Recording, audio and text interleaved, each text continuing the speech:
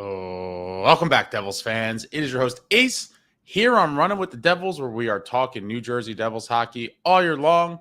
Please hit that subscribe button, smash the like, share with a friend. Thank you very much.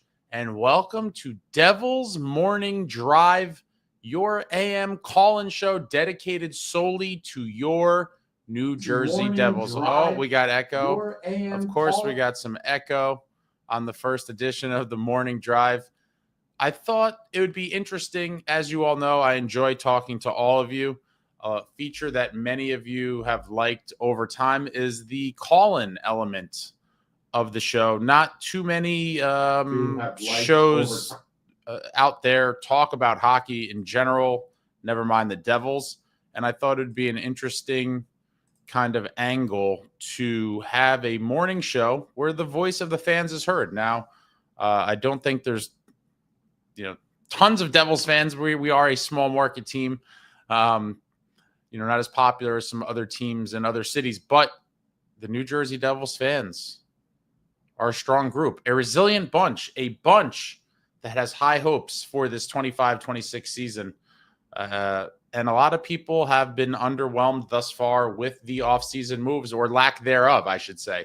I'm on X. I'm not highly active on there, but I do like to read a lot of the stuff that people post. And I thought it would be a good time in the middle of August here to start a morning show where the voice of the fan is heard, talking anything and everything New Jersey Devils hockey, as we do around these parts. And so I'm very curious what the New Jersey Devils fan has to say. What does the New Jersey Devils fan have to say about this upcoming season? Now, I personally was hoping for a much more active offseason. It is what it is. A few months back, I had stated that I thought the offseason for the Devils would essentially look kind of how it has thus far. I said, I think we'll see some bottom six upgrades, which we did in fact get. The level of the upgrades, I guess, would be debatable amongst many. But the Donov and Brown signed in free agency. I do believe that is a true upgrade to the bottom six. Do I think that it's put the team in a much better position to compete for the Stanley Cup? No, I would not say that, but I do think that it is certainly an upgrade, and that's undeniable. And so while I was hoping for more, obviously many of us want that true 3C or top six winger to play with Jack and Bratt, which would be phenomenal. My personal number one want. The team is improved. And anytime a new season starts, it's obviously a fresh slate to some extent. And I have high hopes for this team, as I've talked about for quite some time now. I do love our core, and how could you not? A core that consists of Jesper Bratt, Jack Hughes, Nico Hischier, Timo Meier. A lot of teams would love to be in our position. That is the reality. A lot of teams would love to be in our position, but we need to add the right complementary players. And thus far, I do like the bottom six upgrades. I really, really hope somehow, some way, Fitz is able to get either a 3C or a top six winger. I would really prefer the winger if possible, preferably one of the scritty variety, skilled grit.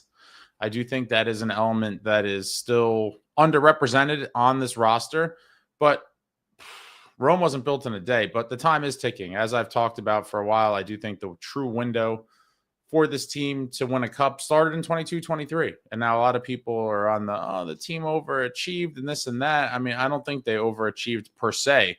Did they kind of have a breakout year and catch the rest of the league by surprise? Absolutely. But that should have been the building block for a team that was going to contend on a yearly basis. A perennial playoff contender should have been born from that point forward, in my opinion. Now, a lot of things kind of went sideways since, obviously missing the playoffs the following season in 23-24, where the goaltending just completely fell apart. The defense Very, very porous defense. A very, very leaky defense.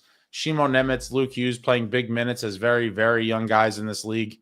And on some nights, it certainly looked like that. There was some nights where you say, wow, trotting two young guys out on the blue line is costly on some nights. And we did see that. And that's, one of the many reasons why I think it would be a mistake to trade Dougie Hamilton this summer. Now, a lot of people, are tempted by the kind of notion to trade Dougie and utilize that money towards forward help. And I get that. That is a sensible kind of thing to think. I just do think it is a bit early. And I do think while you could potentially use him in a deal to get help up front, I think you are then creating a hole on defense that would be felt. But a lot of people, are of that mindset. I do think there is a path to upgrading the forward group while still having Dougie. I am a Dougie guy. Have defended him against the attackers for quite some time. Unfortunately, there are many, but I did post the number is there in the chat for you to call in and say whatever it is on your mind. I know a lot of people are very opinionated regarding the offseason. There's people that are super vicious online. I mean, that's the beauty of the internet, right? People could just kind of let loose. I do think some people are super extreme, especially on X, but overall, it is what it is, right? And we all just wait. Hopefully this Luke extension gets done. A lot of people have speculated that now he might be looking to sign a short-term deal instead of a long-term. I think that would obviously be a mistake, but, sometimes a short-term deal is better than no deal. I can't see Luke holding out. I mean, that would be just completely wild in my opinion, but these things do happen. I'm still hoping for that 7 or 8 year deal at like $8.5, $9 million. Some people have thrown out crazy low numbers, I think, in terms of contract value. I have seen some pretty hopeful ones. I think I've seen a bunch of people, speculating in like the sevens. I just can't see the first number being a 7. But listen, if that somehow, was reality, that would be a massive win for the Devils. I just personally can't see Luke signing anything less than somewhere in the 8s, which I still think long-term is a great deal for the Devils. But what is on your guys' mind regarding this New Jersey Devils club heading into the season? The call-in number posted there, 973-370-5285. The early morning edition for any of you that are awake, maybe on your way to work, on your way to wherever, bringing your kids somewhere. 6:08 Eastern Standard Time in New Jersey. I saw some interesting, let me see if I could pull this up. I think it was on X. If I could find this here. Bear with me a second.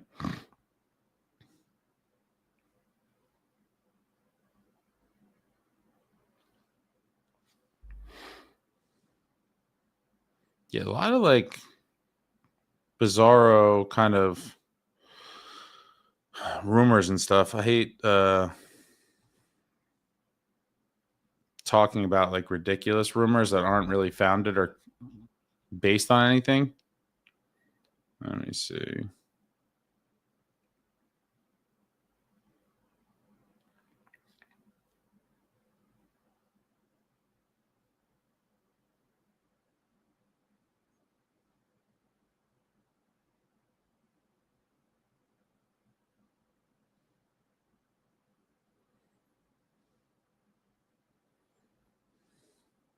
Can't find it.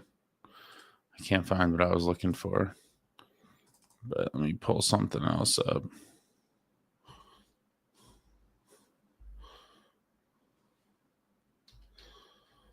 Yeah, in terms of, there was a comment I clipped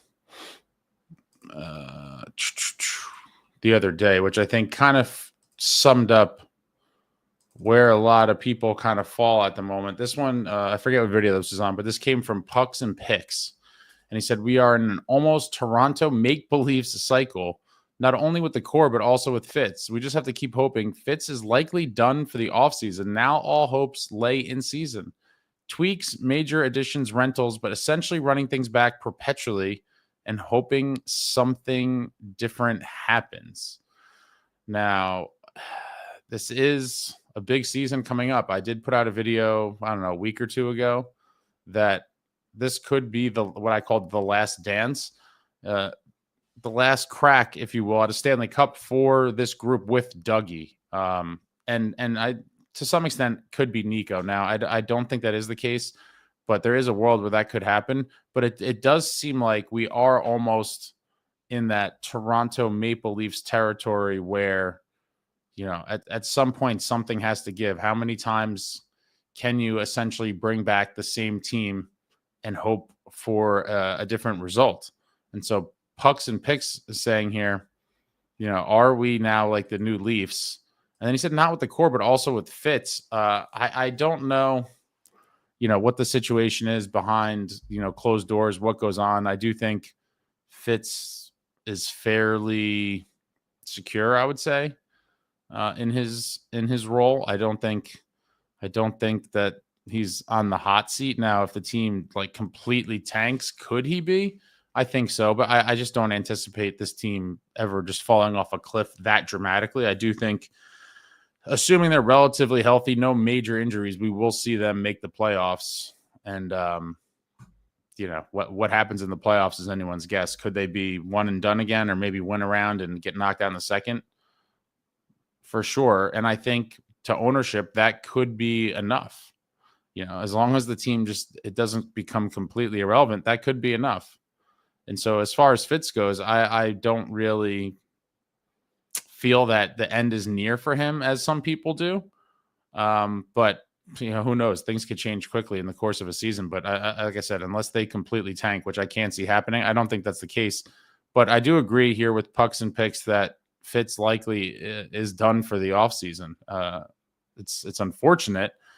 We are tight against the cap. It seems like, you know, he may have tried to see what type of interest there was in Plot, or maybe he didn't at all, right? That's just kind of the guy that everyone pointed to and said, oh, $6 million, you know, you could free that up. But who even knows really to what extent that was explored? There definitely was somewhat credible rumors about Dougie Hamilton and the Devils talking to some teams about him. And again, I would love to keep Dougie. I am a Dougie guy. I've talked about Dougie, you know, at length at different times. And I do think it would be kind of short-sighted to move on from him right now. I don't think the defense is ready to absorb that loss. But in terms of anything else going on in the offseason, I agree, Pucks and Picks, that I don't think that is in the cards. And all the hopes really are in the season. Any tweaks, major additions, or rentals, as he puts here, would have to happen in the season. And essentially running things back perpetually and hoping for something different to happen. That's kind of where we're at, unfortunately. Fitz did say in his end of season press conference they wouldn't be bringing back the same team, that it was not good enough. Then the team is not exactly the same. A lot of bottom six guys left in free agency or have not been re-signed by the Devils, while some of them still look for contracts. And we have our call from Off Them Devils. To accept, press 1. To send a voicemail. Off Them Devils live. Hello, how are you, sir? Where are you calling from? What is your name? What do you have to talk about? My name's Mike. It's Off Them Devils. I'm calling down from Port Newark. Port Newark, how are you, my man? Hey, how you doing, brother? You excited for the season? I'm always excited for the season. I would be slightly more excited if we had some flashier or more impactful moves, if you will. But I'm always pumped for a new season. It is always, you know, the next chapter, if you will, for the team to compete for a cup. And preseason is going to be here in about a month, or camp is in about a month. A little bit longer for preseason, but I'm always pumped for the season. What about you? Yeah, I'm pumped, man. I was watching the live, and you know, I have to agree. Like, if we keep, you know, just going to the first round, I feel like Fitz is still gonna have a job, no matter what. And then as far as, you know, roster additions, anything like that, I'm kind of nervous heading into the season in that aspect. I don't know. I feel like nothing major was done, and I don't know, man. I'm scared to see it. It's just the same cycle as these people are saying. Almost like the Toronto cycle, and just keep bringing back the same group and hoping for the best. I don't know. It's kind of scary to see.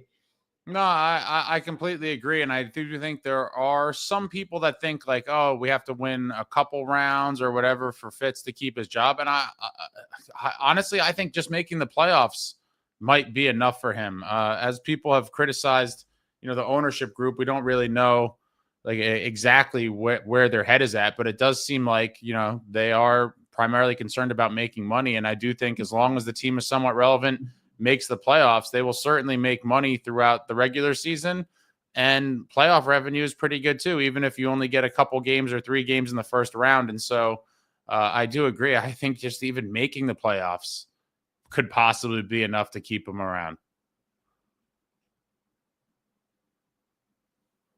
Did we lose you? Thank you, yeah, no, you didn't lose me. I'm sorry. Yeah, go back. Yeah, I feel like what you're saying. I totally agree. It's like I compare it kind of. I know this, this is Devil's Call show. I watch every live, but it's almost like the Jets. If we were to find somebody to, get us to a first round playoffs every year, we would be okay with that as a fan base. And as long as they're bringing in money and playoffs are selling out, that's how they're going to look at it as a corporation. So, yeah, I just kind of agree with you, man. Thanks for having me on the show, man. I really appreciate it. And no matter what, even though there was no huge major shakeups, it's let's go Devils every night, bro. Oh man, appreciate your call. Thank you. Yeah. And the Jets are, and I have some Jet fan friends, man. They're not too happy with the franchise right now, but I will, in terms of the sport comparison, it is a bigger accomplishment to make the playoffs in football than it is in hockey. Like hockey is just like, come on. Making the playoffs, if that's the bar, especially for a team that, no offense to the Jets, what would they win the Super Bowl in was it 1969 or something? 69. Yeah, 1969. Yep, I'm talking about, a team that hasn't won a championship in, what is that, 56 years?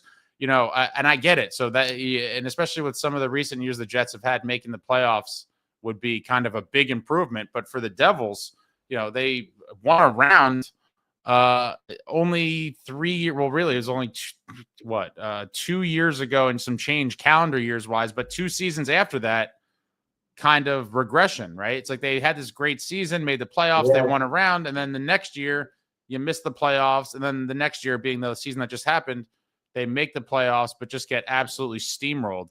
And so it just seems like we're kind of at a stalemate, if you will, of what is the capabilities of this team, what is the expectations, when will they take that next step forward, and hopefully it's this season. Yeah, hopefully it is, because I was at the Canes game where they beat them. I think it was in double overtime, and I was like, after that night, I'm like, all right, we're ready to take the next step, and then how that series ended. So it's just it feels like something something new has to happen. Or, we got to take that next jump and get to the conference finals, and maybe even the cup finals. So I don't know, man. It's a lot of heartbreak. There's so many great moments last year. Beating the Wild and shootout. Kicking the Rangers' ass. In the regular season, like we have to take that next leap when it comes to the playoffs for sure. Yeah, Nemitz, that game was awesome. I was there too. Nemitz, the highlight of the play. Well, really for me, it's the highlight of the season. I mean, anytime you win a playoff game in that fashion, and that was the only game we won in the series, obviously. And so for me, Shimo Nemitz, that was the moment of the season, and hopefully we get a lot more of them next year, and we see a conference finals appearance. Would be phenomenal. Yeah, that'd be huge, bro. Nork would be going crazy. All right, man. Thanks for your call. Have a good weekend. You too, Abe. Take care, brother. All right, bye-bye. Take care. And there we have it from Port Newark. Yeah, it's a lot. Wow, he's a Jets fan too. I have a couple friends that are Jets fans, and a lot of them are Devils fans too. And so Devils Jets been quite a stretch That is a brutal couple of teams to follow, local teams with just a lot of agony, I would say, over the last quite some time. I mean, God, I can't imagine being like a huge fan of the Jets the way I am of the Devils, because at least, I always talk about it, but I did see the mountaintop 3 times with Lou Lamoriello at the helm. I was able to see 3 championships, and for many Jets fans that are, not 60 years old plus, or shit, you wouldn't even remember it if you were 60, really. 1969. Yeah. You're talking about the only Jets fans that really remember the championship that they won would be people that are like 65 and older. I mean, wow. And I guess, with a couple more decades of not winning a cup, which would make me nauseous, at some point that could be that the Devils, right? It's like, oh, they haven't won in, however many years. And you'd have to be 70 years old plus to have remembered the first or any of them. 22 years ago was the most recent championship for your New Jersey Devils, 2003. In some ways, it sort of feels like yesterday, but in the end, it mostly feels like an eternity ago, which it was. And what a team. But it's not easy to win championships in any sport. It's certainly not easy to win the Stanley Cup. And like I've said many, many times, at this juncture, I'm just hoping to see one more before I croak. I don't know that I will. And I can't believe that I'm already at that kind of mindset, especially with this core, which, years ago, people were saying this team, this nucleus could be a playoff contender a deep playoff contender for years to come, could potentially win multiple cups. And now it's almost come to the point where the narrative kind of shifted from win several cups with this group to now, can this group win a cup? And I don't think it's as extreme as many people may think on the surface. I mean, listen, guys age quick. They really do. We're not super old by any stretch, but just when you look at, the ages of the guys or what they'll turn during the season, they're not the young guys that everyone thinks. Bratter just turned 27. Okay. So, not old, but approaching 30 for Bratter. Timo Meier is going to turn 29 right before the season starts. And captain, my captain, Nico Hischier will be turning 27 in January. And so when you look at the, 3 of the core 4, they are approaching 30. There's still plenty of time, but with injuries, with all the other things surrounding the team, the time to win is now. We really don't even know at this very moment, if you're being honest, who the starting goalie would be for next season. Jacob Markstrom, and by next season, I mean 26, 27, not 25, 26. Allen signed that 5-year deal. I don't think, there was any intention of giving him the lion's share of the starts. I think he's always going to be the kind of tandem 1B guy for as long as he's here. But after this year coming up, Markey does not have a deal. Now, I hope and believe at some point they probably, assuming he looks decent, will extend him. But there's no guarantee of that either. And so when you get a guy like Markstrom, that's a win-now move. He's a win-now goalie. We don't even know who our goalie or starting goalie would be for the 26-27 season. And for all of those reasons, when you have a guy like Markey and you have a core that is not super young anymore. Listen, they're not older. I'm not saying anything like that. They're not old by any means, but they're not as young as they were when people were talking about this years ago. I mean, that's been the story kind of for several years now. It's like, oh, the future is bright. These guys are here, and they are, but they're not going to be on team-friendly deals forever. And while they are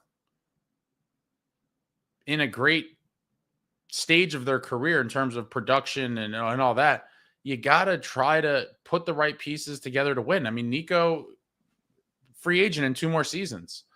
He's on a great contract now. I mean, hopefully he stays forever and he gives another team-friendly deal. But we have Jack Hughes, $8 million for 5 more years. You gotta capitalize. He's not going to be on this sweetheart of a deal forever.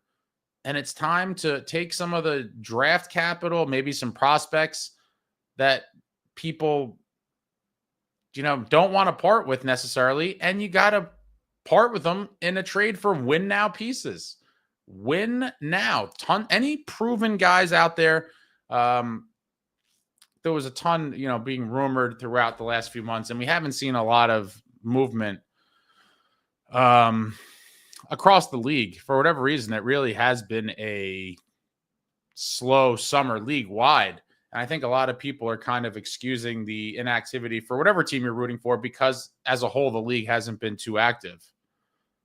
But at some point, and maybe it is one of those years where it's too many teams, think highly or higher of their capabilities than what they are, and they think they could make a push for the playoffs or whatever it is, where maybe by Thanksgiving there's some teams that are like, we're not doing anything this year. Maybe they start to cash in pieces early. You don't always see a ton of moves early on in the season, but sometimes you do see teams make deals before the deadline. And I certainly would hope that if the team is in fact mostly done in terms of maneuvers for the summer, that we will see some activity out of Fitz next season, whether that's early in the season or at the deadline. Assess where they are at as a group, what the kind of needs are. And I think everyone would agree at this point, the top six, we need a winger, and the 3C would be great.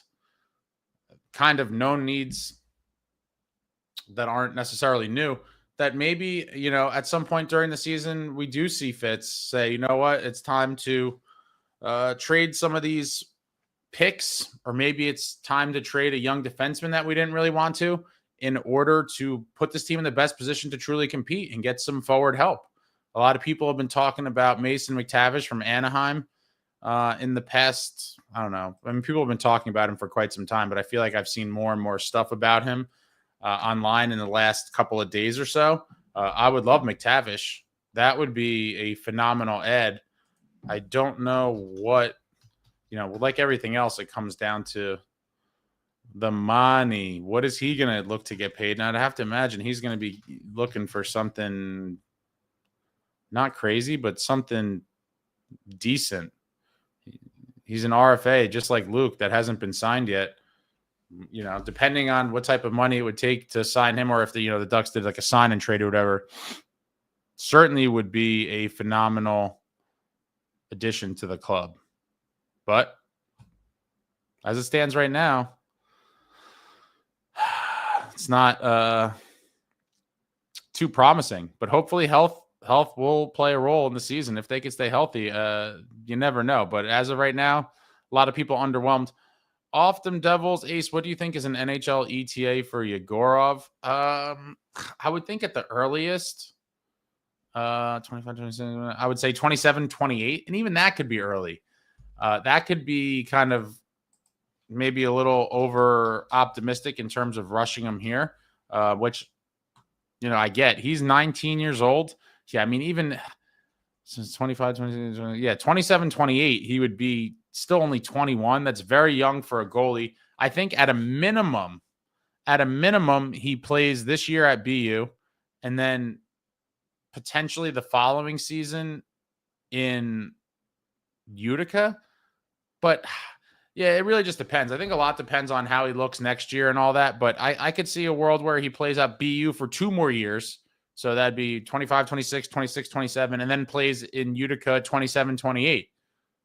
So that would put him here for 28, 29.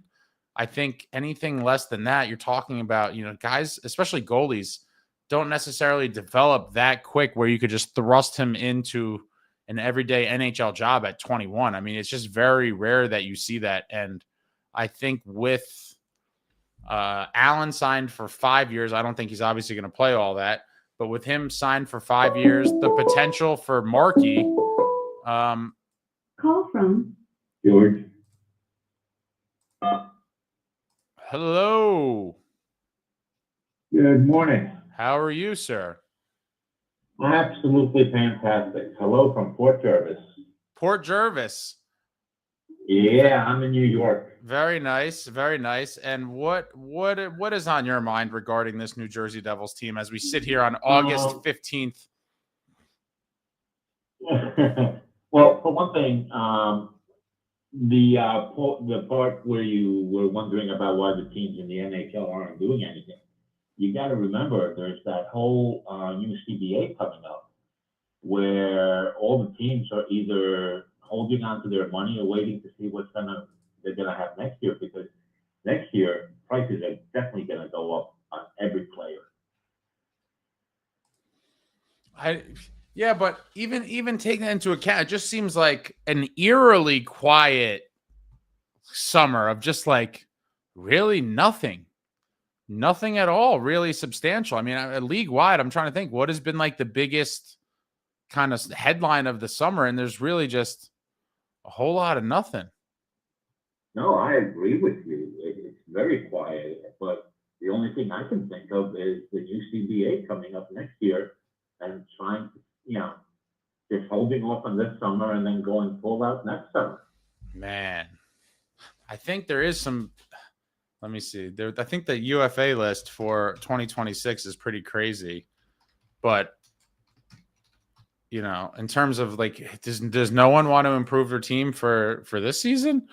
Yeah, Connor McDavid. I doubt it happens, but it would be just so entertaining to see, right? Like if he actually went to free agency, the absolute just madness of all the teams that would be throwing deals at him to try to lure him there. I think he ultimately stays in Edmonton. But yeah, he's going to stay in Edmonton. Yeah, he's going to stay in Edmonton. I don't, as much as fun as it would be to see him hit free agency and say, okay, who wants me?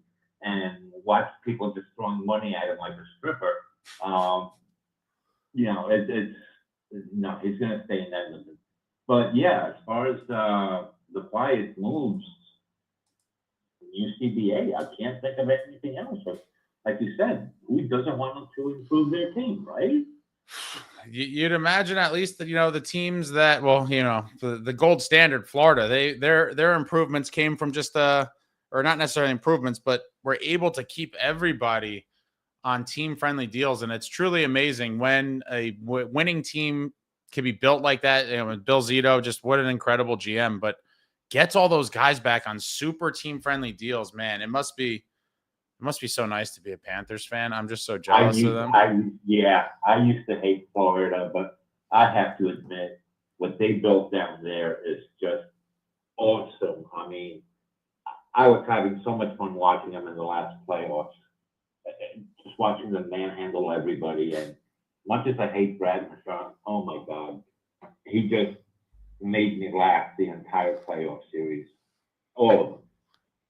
I wanted him so bad when I knew there was no chance. I knew there was no chance, but when the rumors first started a little bit before the deadline, like, oh, they're gonna cash in Marchand, I was like, wow, that's like I really, and I'm not just saying this, like I could find the clip wherever it is, but I've told people like this is the type of guy that I've wanted the Devils to get for a while, a leader, a proven winner, and a guy who's just nasty. And when the games matter the most, he shows up big time. And if it wasn't for Bennett's ridiculous playoff run, Marchand would have won the Conn Smythe. So it's like, what an unbelievable ad. What an unbelievable just kind of cherry on the sundae for a championship team. And he fit in there. Like when I heard he was going to Florida, I was like, makes sense. He's going to be a perfect fit. And then he has a ridiculous playoff. And now he signed there for the rest of his career. And it's just truly remarkable to see when a GM truly is in win now mode and will do whatever he can to improve the team. And they got Seth Jones last year too, coming off of a cup championship season.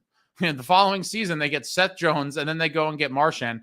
Hopefully at some point very soon, we see Fitz try to make moves like that. Truly impactful trades to improve the team, because as it stands right now, I do think if they're healthy, they could do damage and you never know what could happen. But if I'm being honest, I'm not like, this is a cup team. Could it be with a lot of luck and things? It could be. Markey standing on his head, sure. But, just looking at it on paper at the moment, it doesn't wow you like some other teams, including the Panthers, do. Yeah, but also got to look at Panthers didn't really give up that much to get Marchand, did they? if Fitz wants to get somebody like that for New Jersey, he's going to have to give up. He's going to have to give up good players for that, and I don't think he wants to, which is probably why we haven't seen him do much. It's because he doesn't want to give up good players. And as a fan, I have to agree. I don't want to see anybody go yet. I want to see what they can do here. Yeah, the Bruins, they traded, it was a conditional second round pick, which became a first it became a first rounder because Florida won 2 rounds and Marchand played in half of the games. But it's like, okay, but you couldn't, I mean, I think Marchand did play ultimately a large role in where he went. I think the Bruins did try to do right by him, but like that's a move, even a second rounder that's a conditional that becomes a first. Like I'm pretty sure that's the greatest first round pick the Panthers ever traded away.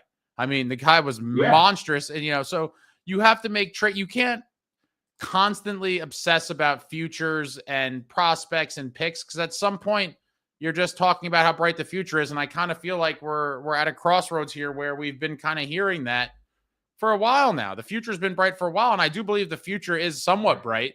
That the right now has to be bright. I agree. Anyway, I have to get ready for work myself. You have yourself a great day, man. You too. Appreciate you calling in. Take care. Have a good rest of the summer. You too. Appreciate you being here. Thanks. Bye. Take care. And there we have it. Wow, the Panthers. What a team. What an absolute monstrous team Bill Zito has put together. And hopefully, I know it is a lot of hopium, as the kids say. A lot of hopes and dreams, but I just feel like a couple of the right guys brought in. And I'm not saying Marchand, obviously, he's a Panther for the rest of his life. But can you get a guy that could have that sort of effect on the team? Guy's an absolute warrior and a dog. And what a playoffs he had, man. It really does. Oh, man. The rich get richer. The rich get richer. I had a couple other things clipped here that I want to see. What's going on, Maria? How are you? Steve says, Fitz make an in-season move. I'll believe it when I see it. I'm kind of with you. I mean, really the last in-season move of substance was in 22-23 when he made the Timo trade, which was obviously a big one at the time. I love Timo. I do think massive part of the team, despite what, many people say. I think Timo has become kind of a target because of how much money he makes, which is not even that much money, especially given the new cap climate. But I need to see Fitz do more in season as well. 23-24, goaltending was an issue, and he waited till the deadline day and got Kakinen and Allen, and it was too late. And it is what it is. A season that got away from us, a squandered season. I'll never truly get over it. I'm still a little upset by it because precious years of our core just ticking away. And then last year was another kind of disappointing deadline day. Obviously, a lot of people were hoping that we would go make that splashier acquisition to improve the roster for the playoffs. But I do think because Jack was hurt, it was just another one of these like, well, what are we going to do? We have injuries. We're not going to go out and trade for whoever it may have been. There was tons of names rumored at the deadline, and a lot of fans were surprisingly okay with this. And I kind of took it to them because I wasn't suggesting go trade picks or players, whatever it is, for rentals.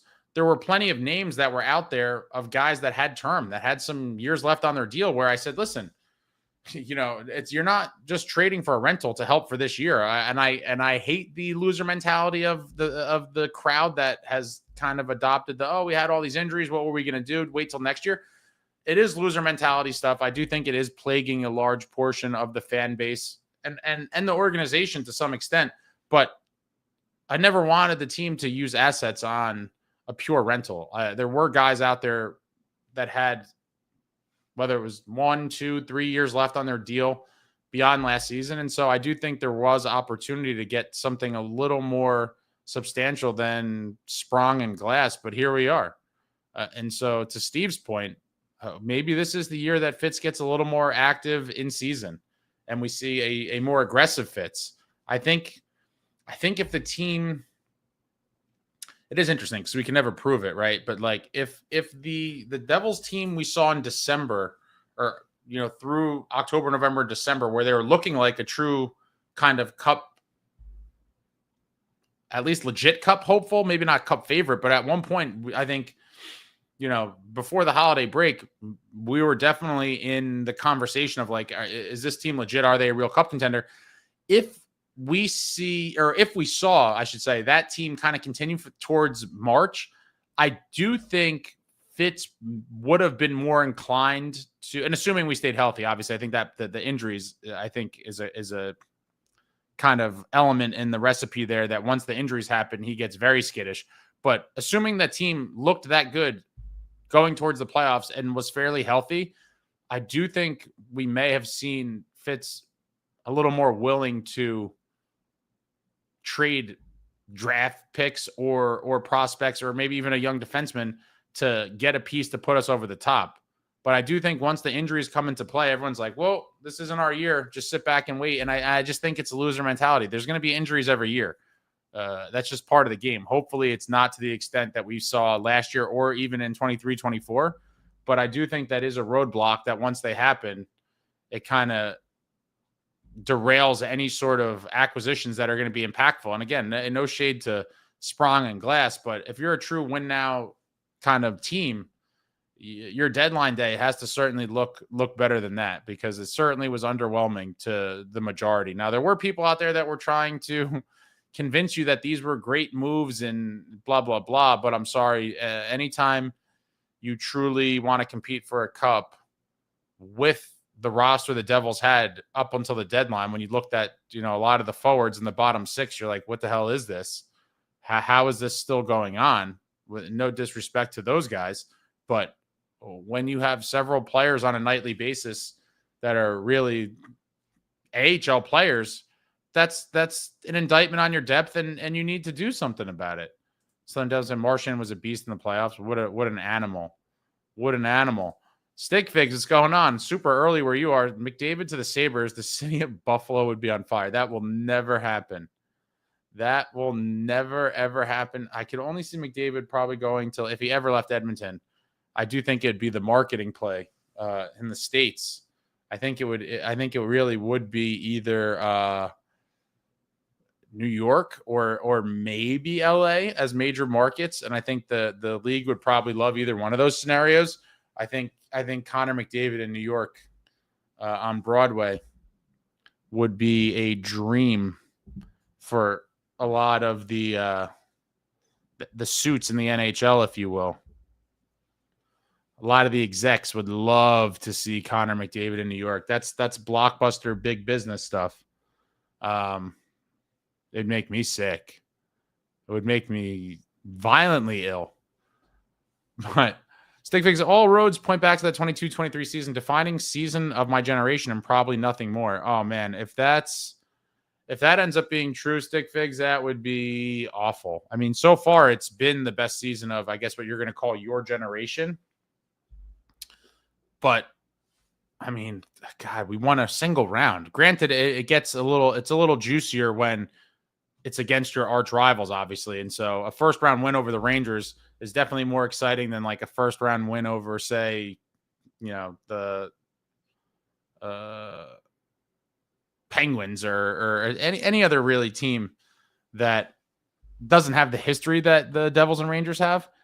And so for that to be the defining season of your generation, I certainly hope that is not. And I would hope that any defining season of a generation would at least consist of an Eastern Conference Finals appearance. And that's fully what I am hoping and really expecting for this year. I mean, again, we won a round in 22-23. The next step is winning a second round and making it to the conference finals. And there's got to be some urgency. It's just, we're at that point.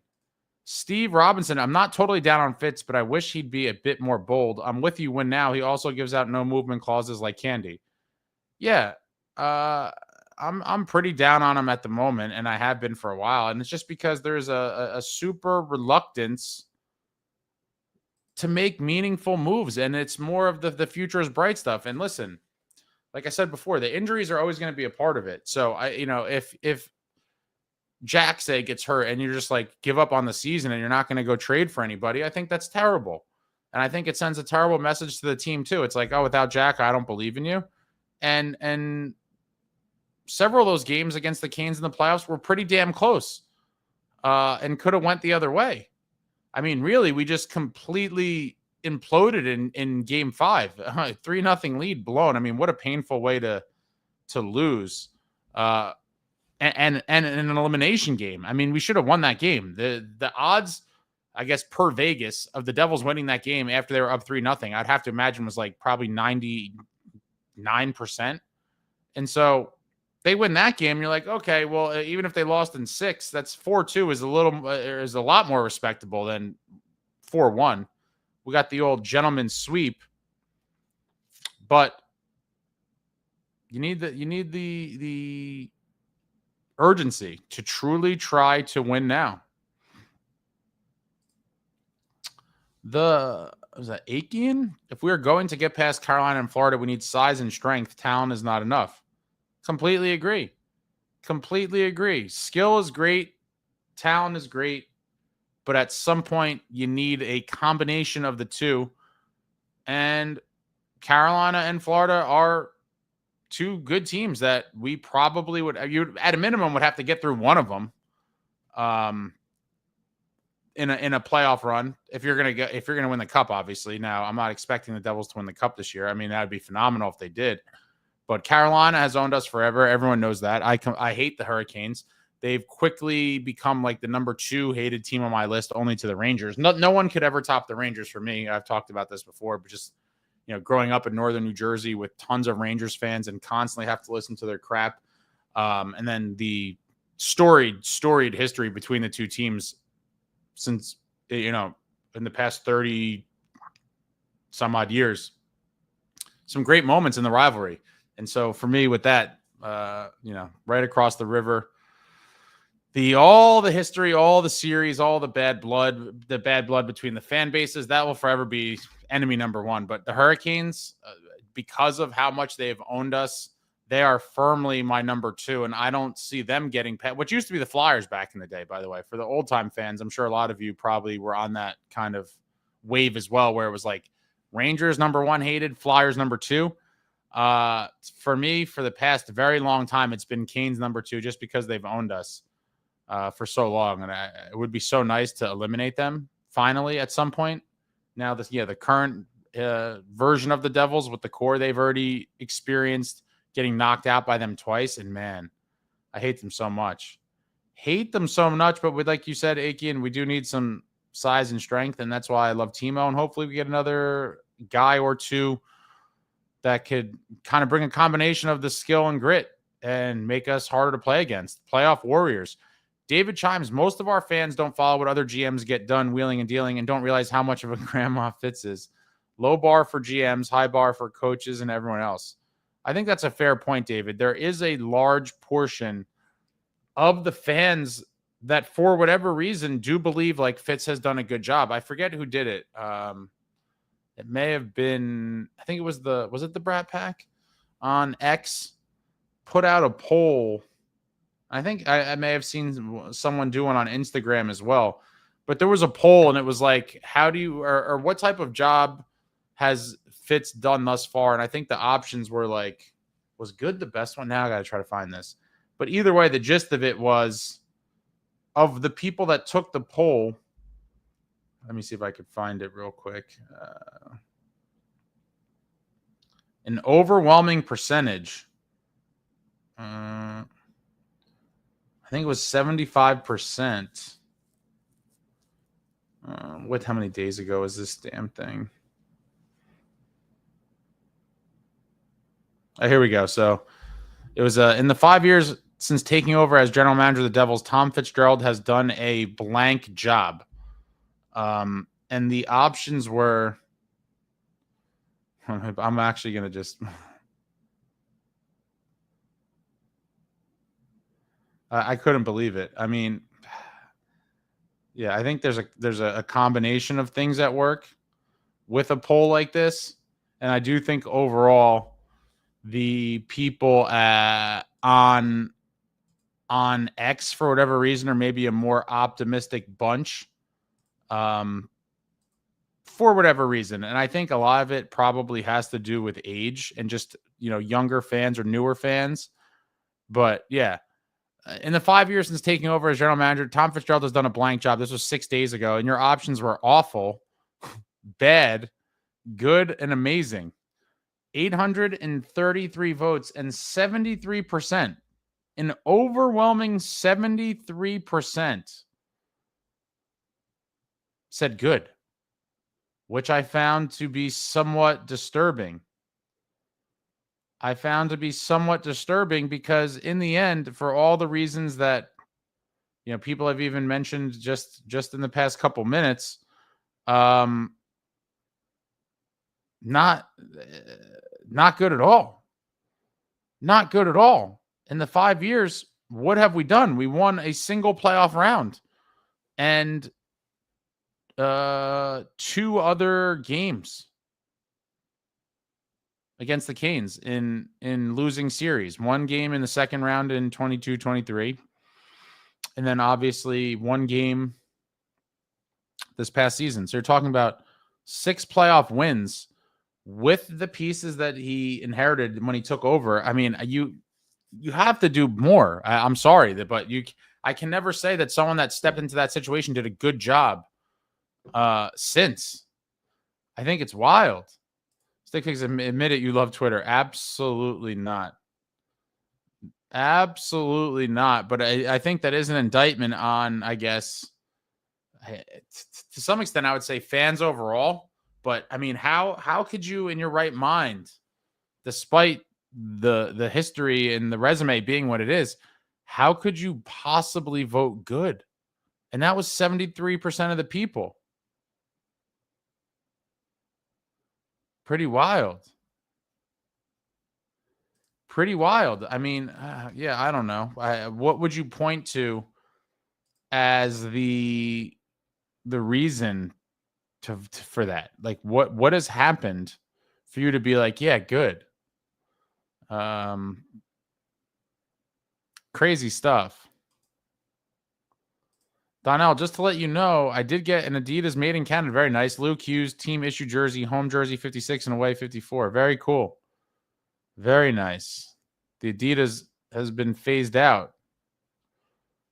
Jeter Toker, Jay Hughes or Lundell as your second line center for a playoff run. Come on. I'm gonna go with Jack for sure. But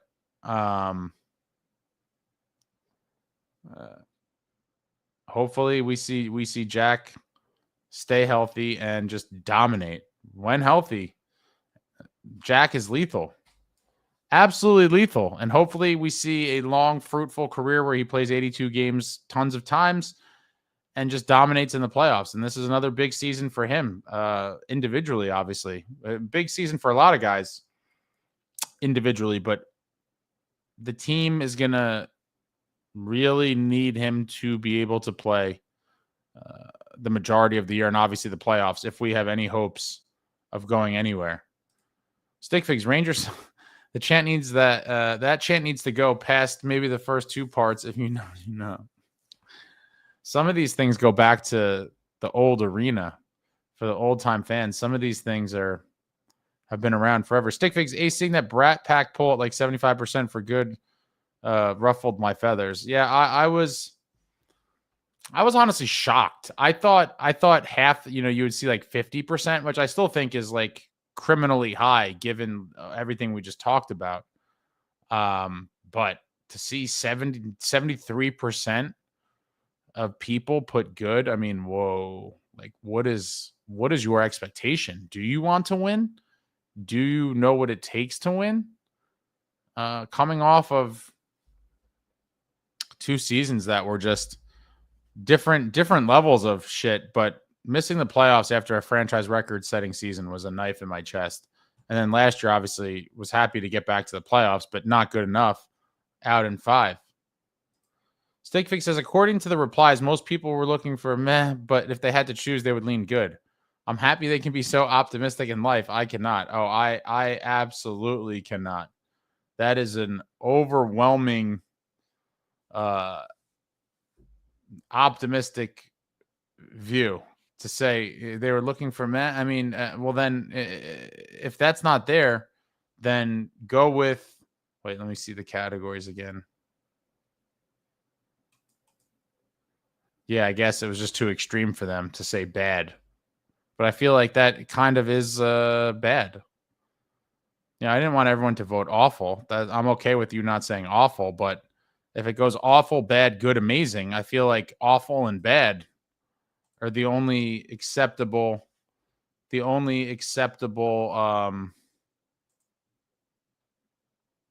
vote. Only acceptable vote. But I got the number. The number's pinned in the chat for those that want to call in. If depending on what you're watching it, maybe it's hard to see it, but the number to call in live to the studio, Devil's Morning Drive, 973-370-5285. That is the call-in number. Let me just see. I just lost my spot here in the comments. Maria says, are these Devils fans? I would imagine. I mean, the guy that put up the poll has a bunch of followers, so I there's nothing preventing other fans from voting, but like, why would they even care to bother voting? I'd imagine that the majority of the people that voted in that poll were Devils fans, and somehow 73% of them voted good. Sticky says, yeah, of varying degrees of passion and sanity. Yes, that is true. Travel and Devil, what's going on? People saying good are the ones that blame everything on injuries or don't watch the game very well. It is crazy how the people, it does seem like there is a large contingency of people that will lean on the injury excuse and just kind of accept everything based on the injuries. I'm not one of them. Certainly not me. I'm not going to allow injuries to be used as an excuse for not doing anything, but there's people that will. And then the Lindy Ruff quote, don't watch the game very well, going back to his battle with Nova. What a great back and forth. Nico Leishan, what's going on? Arnott says, stick figs, a lot of the fans are young and have been brought up in this kind. Everyone gets a trophy world. They possess no killer instinct to win. Isn't that the truth?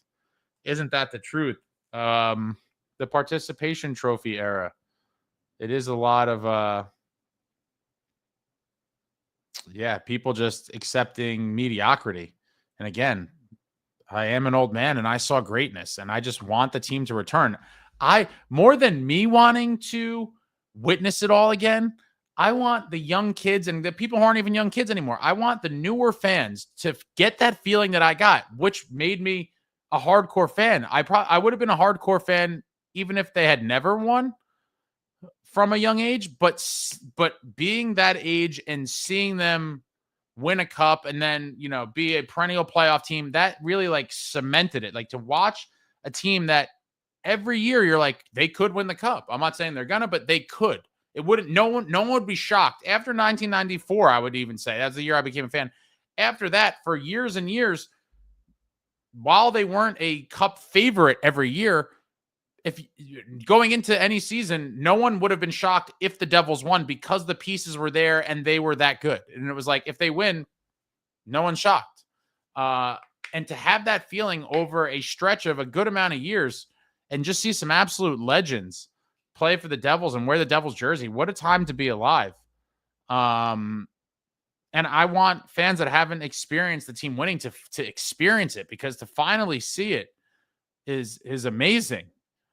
And for a lot of them, even, if you became a fan, even in, I guess the worst it could have been is people who became fans in like 2004. So it's like you came right after the last cup and then you've now had 21 years since. But there's a lot of people that really, depending on when you became a fan, and there was a large wave of fans that became fans of the Devils in that 2012 run where they went to the Cup Finals and lost to the Kings. An exciting run, an exciting team. And even people became fans then. That's the pinnacle of their Devils fandom, going to the Cup Finals. That one would have been so nice to win. Would have been phenomenal. So Ace, give out that number again. Let's get some calls going. Yeah, it's pinned in the it's pinned on the top there. Number to call in live, 973-370-5285.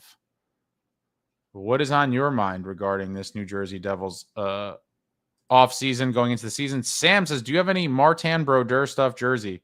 Oh, do I ever? I mean, you could see some of it roll. The thing right there is in the background over my shoulder there. Those are some of my favorite pieces. Marty is my favorite player of all time. I have an insane amounts of Marty stuff, but those are some of my favorites. Game used pad set up there. Got the old school Heatons, the glove and blocker. Love Marty.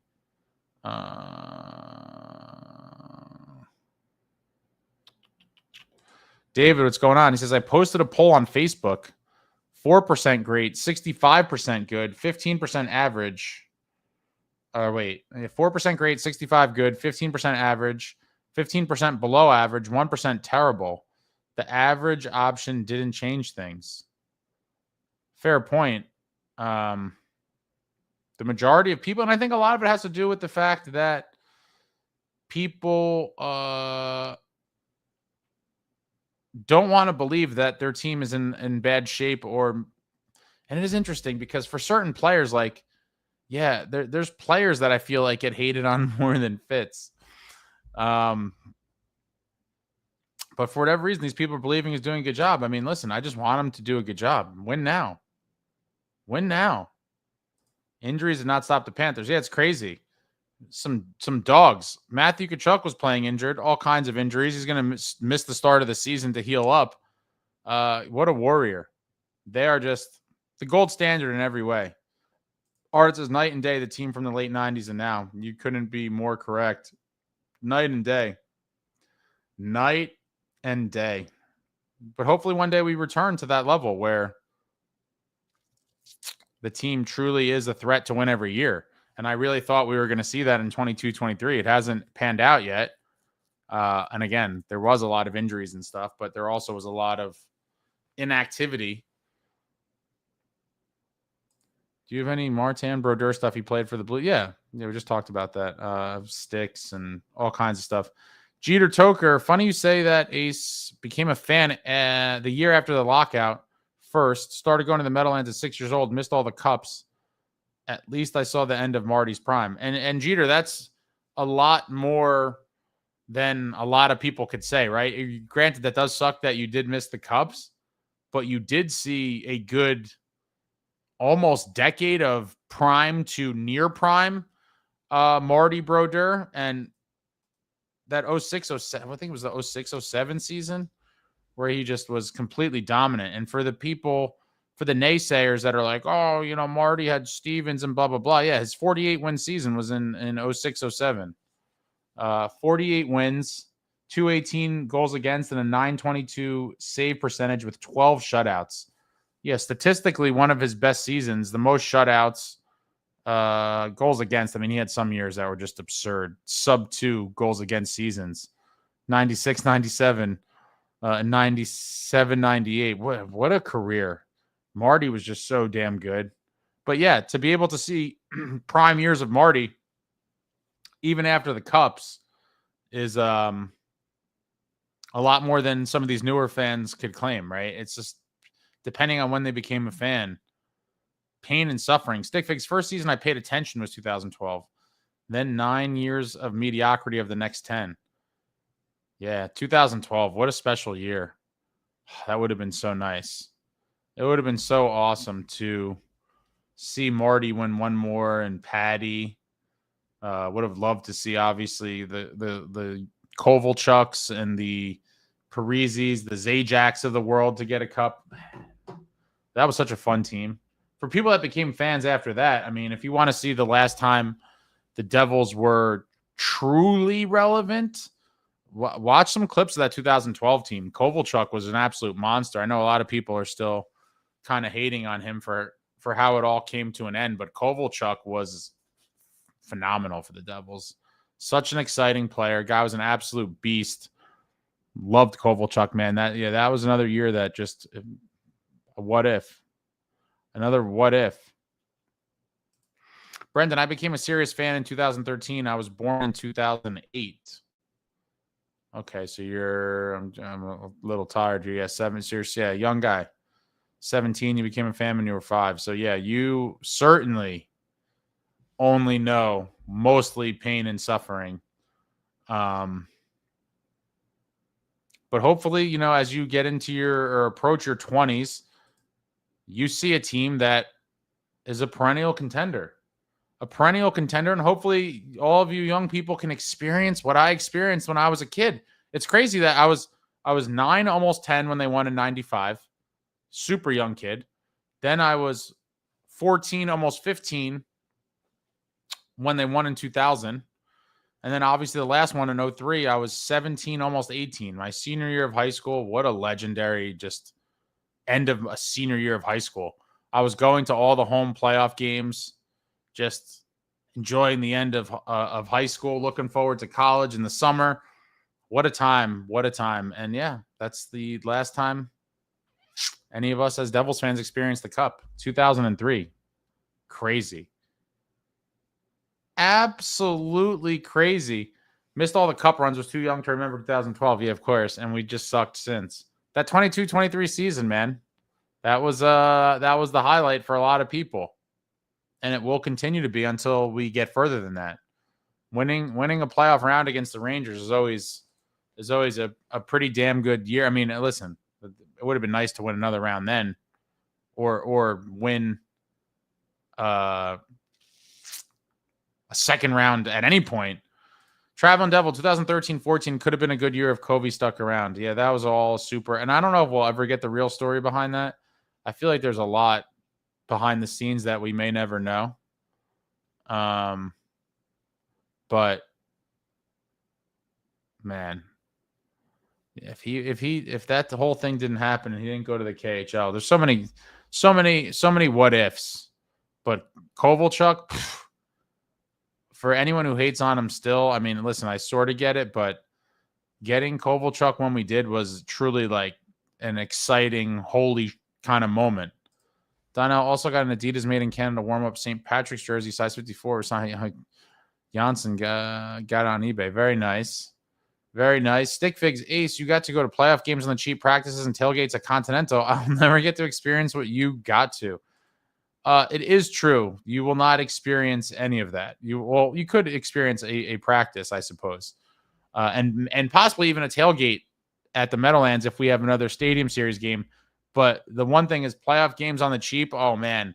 Yeah, that's and aside from the team obviously being very good, as I've talked about a million times when I was young, the fact that you did not have to be rich or well off to go to playoff games at that time was amazing. I mean, you could get tickets for very cheap. I was a high school kid just doing little side jobs and blah, blah, blah to have money.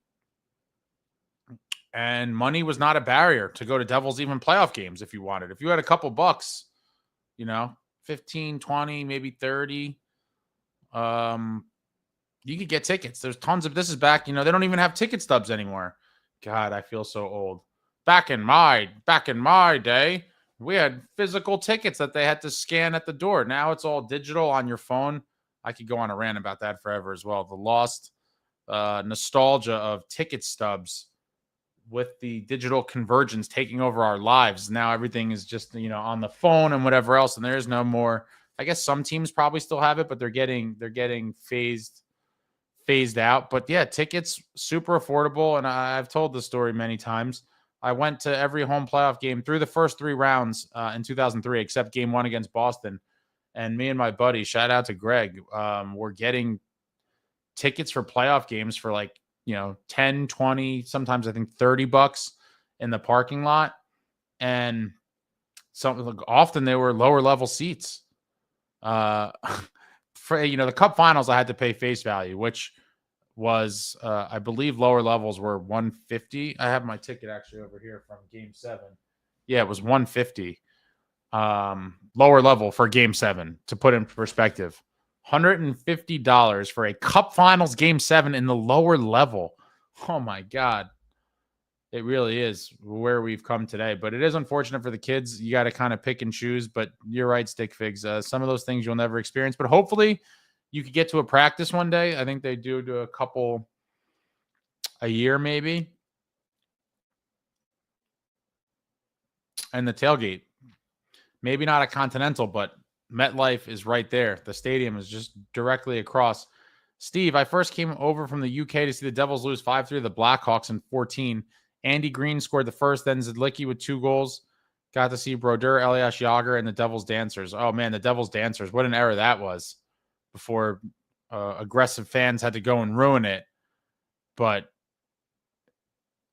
yeah, Marty, Elias, and Yager, what a time. And there were some teams there that weren't very good.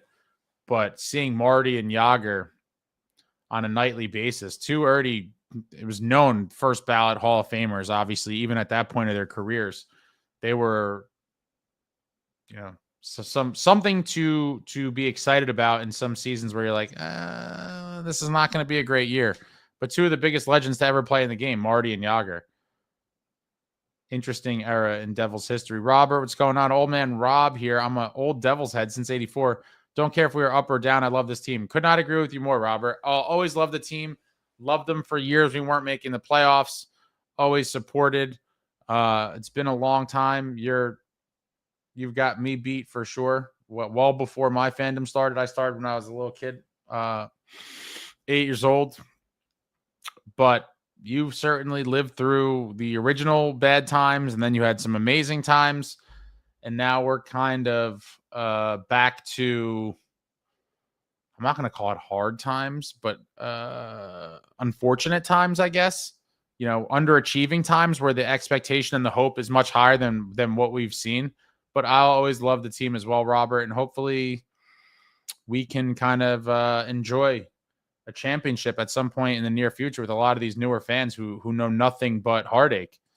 Chuckles, what's going on? The time from 1982 and Mickey Mouse era to the 95 Cup is the same amount of time from 2012 to now. Oof, that is wild, right? The 2018 Hall season was like 88. The 22-23 seemed like it was happening again. Rugged. Yeah, Mickey Mouse to Cup, 13 years. And 13 years since that 2012 run. Man, what a year for Taylor Hall. People still kind of hate on him too. And he had nothing short of a spectacular season. I mean, the only Hart winner in Devils history, dragged the team that had no business making it to the playoffs. And what a season it was for him. Every time he was out there, you're like, this guy's a threat to do something. I remember, for those that were fans then,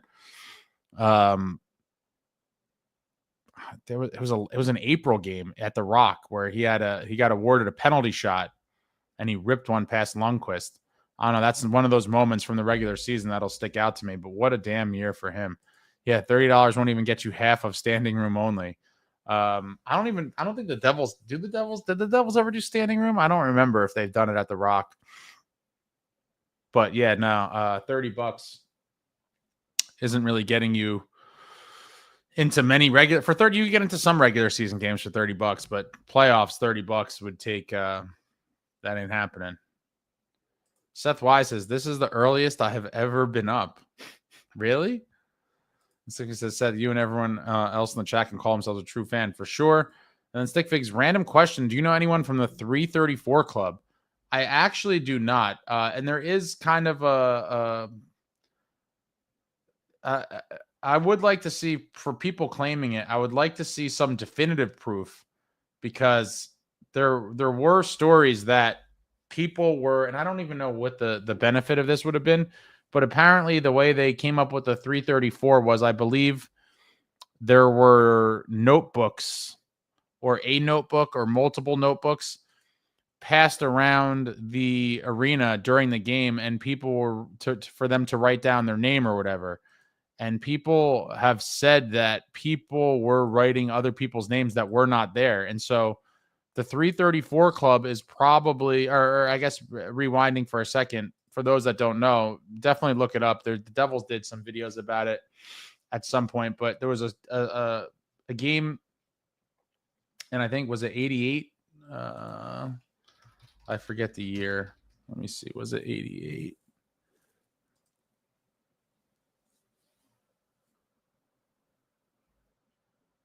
'87, where there's a massive blizzard in New Jersey. They almost didn't have the game. They had the game anyway. This is a great article by Stan Fisher. I just put a great article in the chat for you to read about it. I don't want to get derailed too much here, but a massive blizzard. The game was almost canceled. It wasn't canceled. They had it. People, players were getting stranded on the way there. Cars were spinning out, like crazy stuff. And to hear it from, Dano and other guys that were on the team then talk about it. But that night became, if you attended the game, you were part of the 334 club because there's 334 people whose name was on the list. Like I said, so a lot of people that were there say that, the real number is less than that because some people wrote their friends' names and whatever, but that was the kind of myth, or not myth, the backstory behind this mystical 334 club of people who braved out in the blizzard to go see the Devils play the Flames. Robert, not many remember changing channels with the box on your tube TV. Until ESPN came out, I had to watch our team only if they played the Flyers, which the rest of my family were fans of. Ooh, South Jersey. Growing up in South Jersey. Yeah, I remember, obviously, the old school television. Hated the Flyers. Absolutely hated the Flyers, man. And great battles, too. Devils beat them in the Eastern Conference Finals, both in 95 and 2000 on the way to win the Cup. I mean, and both were great series as well. The 95 Devils Flyers was just amazing. Claude Lemieux doing it big in Philly, scoring late to give the Devils the lead. The 2000 epic comeback from down 3-1. Head coach Larry Robinson goes crazy, and everyone talks about throwing the garbage can and blah, blah, blah. Devils win 3 in a row, including Game 7 in Philly. Stevens knocks out Lindros. I mean, Devils Flyers. What a rivalry for a little bit there. Brendan, the highlight of my hockey fan life was the Four Nations face-off USA-Canada game in Montreal. That is how bad we have been. Oh, you're still young, but I mean, that was an incredible start to a hockey game. To just see 3 back-to-back fights from opening puck drop. I mean, wow. And I had high expectations for the tournament. A lot of people were kind of crapping on it heading up to it. And I had a feeling it was going to be good. And I told people, I expect anytime you get best on best, these guys playing for their country, there's always something at stake. There's always, a sense of pride. And you see these guys really try. A lot of people, I guess, were just soured from the All-Star game kind of notion where they did this instead of the All-Star game. And a lot of people were just like, this is boring. Obviously, the complaints that there was only 4 nations. I think it would have been better if there was more, but it is what it is. But what an amazing precursor to the Olympics. I could not be more pumped for the upcoming Olympics. I do think USA will have a legitimate chance to win a gold medal. They've been close and flirted with it in the past. Coming off what was that? 2010. Oh man, a heartbreaking gold medal loss to Team Canada in 2010. Lost to them also in 2002. I mean, wow. And I'd love to see another installment in that rivalry. A USA-Canada gold medal game for the Winter Olympics would be phenomenal. And this would, it's crazy because I do feel, maybe just because I was younger, I'm just thinking back, like all of those teams seem to be slightly more veteran oriented, but I guess these ones would be now too. A lot of vets sticking around, but a very exciting young roster for USA and Canada. I mean, when you look at the star power on those two teams, it's going to be similar to what Four Nations was, but I think you're going to see some changes for both teams, but not many. And when you look at the star power and the names of the guys on those rosters, I mean, it has the potential to be a really special moment. I just want to see USA win. I don't really care who they beat. Beating Canada would be awesome. But Brendan, as a U.S.-Canada dual citizen, I was cheering for the U.S. because the Devils had no players on Canada, but that was just a great atmosphere. You were at the game, Brendan? You were at that Four Nations? Oh, man. I thought about going. I wanted to go. And was fortunate to go to the final game. Shout out to my man Brian. What a trip that was for more heartbreak. Yeah, there's been so much heartbreak at the hands of the Canadians for USA hockey. I mean, the Four Nations face-off was cool, but it's nowhere near the level of the Olympics, obviously. But yeah, the last big USA win over Canada was the 96 World Cup, which was, for younger fans that weren't part of that, look up some of those clips. 1996 World Cup of Hockey, USA, Canada. Wild stuff. Stick Fix, my friends and I were at a U of A ASU game when the Wildcats went up like 5-0. My friend pulled out the Four Nations face-off final game. We're all just huddled around our phones. So sad. Yeah, I was actually watching. I was already in Boston because it was kind of a quick turnaround. I was already in Boston for the Four Nations games that were played at the TD Garden, home of the Bruins. And I think it was a Friday night that game was. I was watching it. I was watching it in the stands at BU on my phone.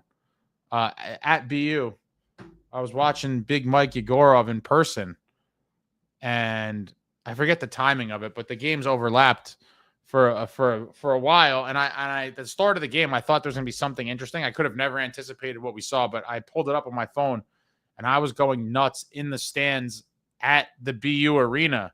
And there was a couple other people, I think, that knew what was going on, but I clearly wasn't reacting to the game we were at. I was reacting to the melee that was on my phone. It was crazy. Brendan, I went to Sweden, Finland, and US, Canada. Very nice. Yeah, that was that US Canada game. They're both great. The final game was awesome too. It sucked that US couldn't do it, and McDavid got us an OT. Brutal stuff.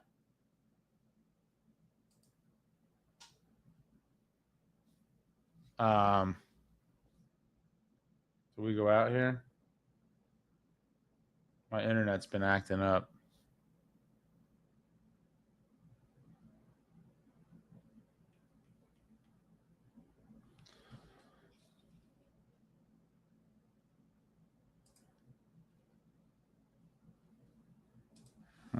Canada won't be beat.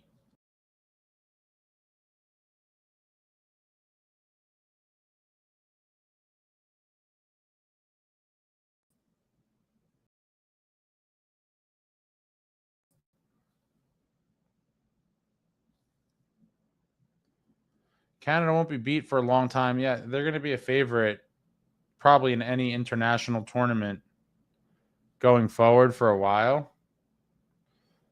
But I think USA is right there. I think USA is right there. I don't know that I'm going to say they're going to be a favorite. I'm very curious to see what Vegas thinks. I think when the lines come out for winning the Olympics, like gold medal, USA and Canada have to be 1 and 2. I think Canada would have to be. Is there a line on this yet? There might be. Canada will be the favorite, but maybe not by much. USA really is right there, and I think you're going to see a better version than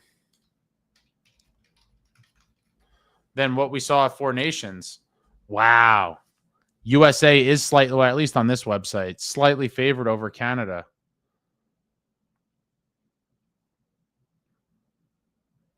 Oh, wait. That's women's. Okay. So, yeah. So, men's hockey, Winter Olympics. I'm looking at the odds right now. Canada is plus 150 and USA is plus 200. So, and then the next team most favored to win is Sweden at plus 550. So, you're talking about, yeah, USA 2-1 and Canada plus 150. Very, very close. Very, very close. The betting public has them right there, neck and neck. Neck and neck. Our future's so bright with McKenna, Bedard, and Celebrini. Yeah, it is. But wait, you just said you're a dual guy. Who are you rooting for in the Olympics, Brendan? USA or Canada? Traveling Canada's roster pool. Yeah. Chuckles says, I remember 98 when the USA players destroyed their rooms. Yeah, I think that was in Nagano, Japan. Unfortunate situation. A USA hockey team that underachieved for sure. Unfortunate. They had some legends on that roster too. I just want to see the Americans winning a gold medal would be phenomenal. Sidney Crosby in 2010, man. Wow. That was such a kind of heartbreaking thing when that happened, especially because USA was losing late. And at the time, both New Jersey Devils guys on USA, or two of the New Jersey Devils guys on USA, Zach Parise scores the goal and Langenbrunner's out there, ties the game up late to force the overtime. It seemed like destiny. And especially as a Devils fan, you're like, that's my guy. Zach doing it big to tie up the game, and then they lose Crosby in overtime. Absolutely horrible. Jason says, I think USA would have won if Kachuk doesn't get hurt. It's possible. US playing short in the game and went to overtime. Yeah. Terrible. Brendan, Canada has to figure out the goalies in the future, but for now we have McKinnon, McCarr, Crosby, McDavid, core, and later we'll have Bedard, Celebrini, McKenna, Schaefer, Dupont. Yeah, Canada's never going to be starving for talent. That is for damn sure. Stickface, Canada's got enough skill for a while, but as Devils fans, if we know anything, it's that skill alone is not enough. Yeah, they have it all, though, man. They are just – Canada's always going to be good. It is what it is. Hockey's their sport. They're always going to be loaded, and it is what it is. But USA hockey is really on the rise, and it has been for a while. They're right there on their heels. Expect some battles for these two countries for a long time coming. A lot of young talent on both rosters. Big Cheese make me 7:23 a.m. live feed. Damn, dude, you need a donation button. There's a super chat button if you feel so inclined. I think there's some stickers and things. I'm not really sure how it all works, but there's certainly buttons for those that would like to do so. Jason, no, we can also thank Austin Matthews for leaving McDavid wide open in front of the net. Yeah, man. McDavid. That really is that one sucked. I was at the game, and obviously it's not the same as like the Devils getting eliminated, but it was a heartbreaking game to be at, to see USA so close to maybe not, in the end, is it some prestigious, it was this essentially a newly invented tournament, but it would have been awesome for USA to win. Like, obviously, you'd rather win than not. And to see them lose in overtime, it sucked. I've been at some stinging events. That one kind of sucked. It was the whole tournament wasn't that long, but, you become invested with the team and you start rooting for, you start liking guys that you normally wouldn't. Traveling Devil. How sad would it be if McDavid never gets a cup win and only gets the Four Nations and possibly gold in the Olympics? I mean, that would be sad for him. I won't shed a tear for him per se. It would suck. I do think he's the best player in the game and has been for a while. I personally would like to see him win one. I always, guys that are all-time greats, I like to see them win at least once, assuming they're not Rangers players. And so McDavid, he's another guy that's, not getting any younger. Is he about to turn 30? He's 28. So he turns 29 in January. I mean, yeah, getting closer to 30. That's probably where I'd imagine, maybe not panic, but when it really starts to hit, like, my career is not going to last forever. And I do think McDavid probably could play, well into his late 30s, obviously. The career goes quick. And at some point, he wants a cup, obviously, getting victimized by the Panthers in back-to-back years now. It's unfortunate that his team, very good team 2 years in a row, made it to the finals, but they just couldn't get past the Panthers. And goaltending obviously has been a sore spot. I'm sure it's something he has conveyed to management that he would like to see fixed. Whether we see that or not, I don't know. A lot of people thought the Oilers were going to throw, or one of the teams that was going to throw a lot of money at Jake Allen because of how desperate they were. But that would be crazy if he never won one. I think he will. Jason says, I don't think Bedard's going to be a superstar. I could be wrong, just my opinion. It's possible. It's possible. He hasn't lived up to the hype that he was receiving. And I feel bad for these kids. They do. Yeah, I mean, not a bad year last year by any stretch. 67 points in 82 games. I mean, very respectable. 23 goals and 44 assists.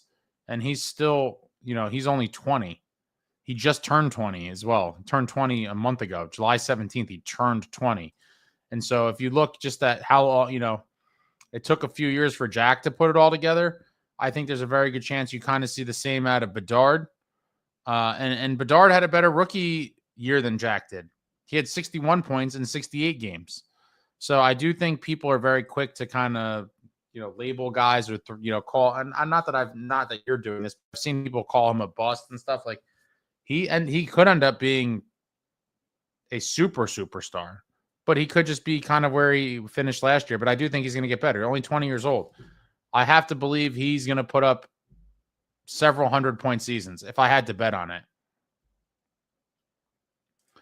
The fact USA is something to Canada in hockey is crazy. Oh, imagine USA versus Canada in football. Yeah, that'd be something. McDavid could always secure his future as a Sabres legend. I think he's a hard pass on that. I don't think you could offer him enough money or Buffalo wings to go to Buffalo. I do think he ultimately stays in Edmonton, but I think he makes them sweat it out a little bit. And I'm sure he's probably said, I want to win. Go get me a real goalie. To have that goaltending question mark around the team, and then they get back to the finals, and then you see goaltending become an issue, probably infuriated him.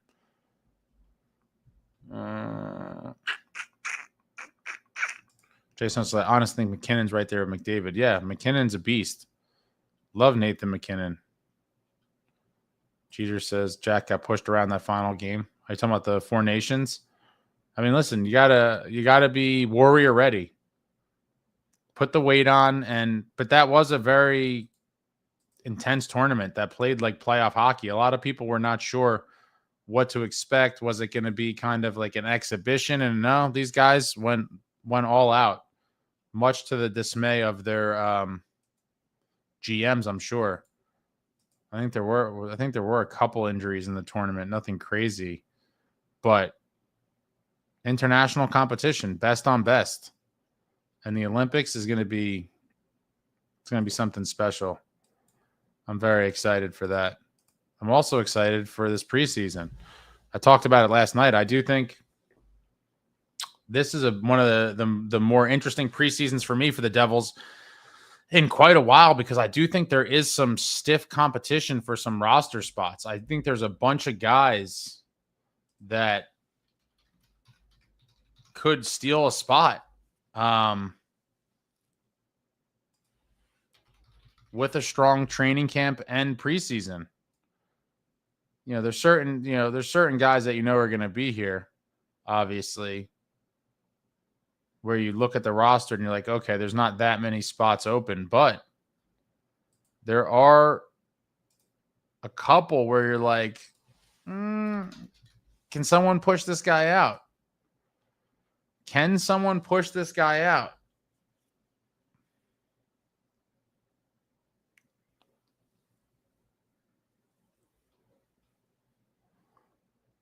And then you look at, who's going to be kind of the odd man out, right? Like maybe a young guy who ends up in, Utica, but will be like the first call up in the event of an injury. Hopefully we don't see much of that at all. Would like to see a healthier team, obviously, for the first time in a few seasons. And if that happens, it'd be phenomenal. But August 15th, still no Luke deal. Still no top 6 winger, 3C. These aren't things that I think are going to materialize before the season, but I think one of them could happen during the season or at the deadline, especially if the Devils are playing well. I do think that is huge. If the team shows potential and plays well, and again, maybe not as good as they were playing, through December when they were setting the NHL record, was 7 straight games with 20 shots against or less. What a great run. But if the team could show any sort of success like that into February and March and look like the real deal, I do think it will compel Fitz to maybe be more aggressive and make a move that does excite the people, does excite the fans. Stickfig's like, hey, it's raining, so I'm not running to the gym, and it's 4:30 a.m. Oh, boy. I'm going back to bed. Nighty night, Devils fans. You're a sick one. Appreciate you, Stickfigs. Traveling, can we please get one full season of 3-point a night, Jack Hughes, please? Jeez, a full season of 3 points a night, huh? That would be something else. Even if you only played 65 games at 3 points a night, what's that, 195 points? I think that would lock up the Hart Trophy you referred to a couple days ago, traveling, for Jack. I think 3 points a night would certainly do it. Yeah, I'll be satisfied with 2 point a night, Jack, if that keeps him healthy. Sign me up for any version of Jack healthy. Jack, when healthy, completely lethal. Lethal. Would love to see him play 70 some odd games this season and into the playoffs and become the Devils' first 100-point guy. It would be great. I can't believe he just fell short. 99 points. I mean, oh my God. So close in that 22-23 season. That was cool to see him pass Patty's record at home. And then the 99th point, I think, was in the last game of the year when Luke made his debut as the Capitals.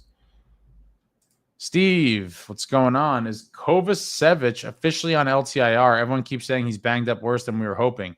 I think that was kind of not a new revelation per se. It was revealed by Fitz at one of the press conferences that he basically said Kovacevic isn't going to be with the team to start the year, that he's going to miss some time. So I don't think it comes as a huge surprise. I don't know what has changed in the past couple months, but it seems like, that the time he's going to miss is not like a couple weeks or a month, like that. It could go into, 2026. And that's a pretty significant loss. And again, enough of a reason for me to not want to rush to trade Dougie and rely on kids in huge roles, because as much as the defense sucked in 23-24, as did the goaltending, Fitz made it a priority to fix both in the offseason after that season last summer. And he did. Credit to him. He identified our goaltending sucked. Our defense sucked. I got to make it better. He finally gets Markey after the rumor happened the year before, and it didn't materialize. That we were rumored to be in on Markey, and it just didn't happen. It finally happened. So finally set in net. The defense was kind of a disaster in 23-24. Again, relying on Hughes and Nemitz to play big minutes and probably more minutes than they should have been at that. Definitely more than they should have been at that stage of their careers. Baptism by fire, if you will, on the job training, and we paid the price for it. So Fitz, was like, defense, goaltending got to get better. And for defense, he robs Kovacevic in a trade from the Canadiens. What a great trade. In terms of value, that's probably one of the better trades Fitz has made. But trades for Kovacevic, signs Dylan, signs Pesci, and the kind of defensively responsible, solid goaltending version of the Devils, which very similar to the Dynasty Devils, build a team from the net out, Marty and net, strong goaltending, great defense, and kind of fix those issues in one summer, to his credit. But in the same breath, the offense was kind of neglected, and we saw that last year, where a team that it just kind of reversed the issues from 23-24. 23-24, scoring tons of goals, gave up even more goals. And then 24-25 last year, preventing a lot of goals against, but then getting shut out 9 times. So the problem's kind of flipped. Can they put it all together for this 25-26 season? Can that defense and goaltending look as good as they did last year, which I think they will? And can that offense improve? Can the offense produce more than they did more regularly throughout the season? Getting shut out 9 times last year is absolutely disgusting. And I do like the bottom 6 ads. Don't get me wrong. Dodonov and Brown, I think, are solid pickups. The issue is I think Dodonov is going to play top 6 minutes at times, and maybe a lot of the time. We don't know yet who's gonna be thrust into a top 6 role, but he's certainly a guy that could be. And that makes the move for me go from good to not great. I love the Dodonov in the bottom 6, not ideal in your top 6, and so we will see. Is this team slightly improved over last year? Yes. Is it a considerable amount of improvement to get truly excited about? I'm going to say probably not, but I'm excited going into every year, especially when we're going to start the season with guys that were injured in the playoffs or missed the playoffs even before the playoffs started. So clean slate. Hopefully we stay healthy, and hopefully this team could go on a run, because I do think they are better than people are giving them credit for when healthy. Again, I still want to see improvement. I still want to win now. I still want to see the bar kind of just getting raised and the expectations getting raised. But in terms of a new season, fresh start, starting healthy at least, or healthy-ish, I think Kovacevic is going to be the only one who's going to be out to start the season. It's exciting. And we're only, camp I think opens in about a month.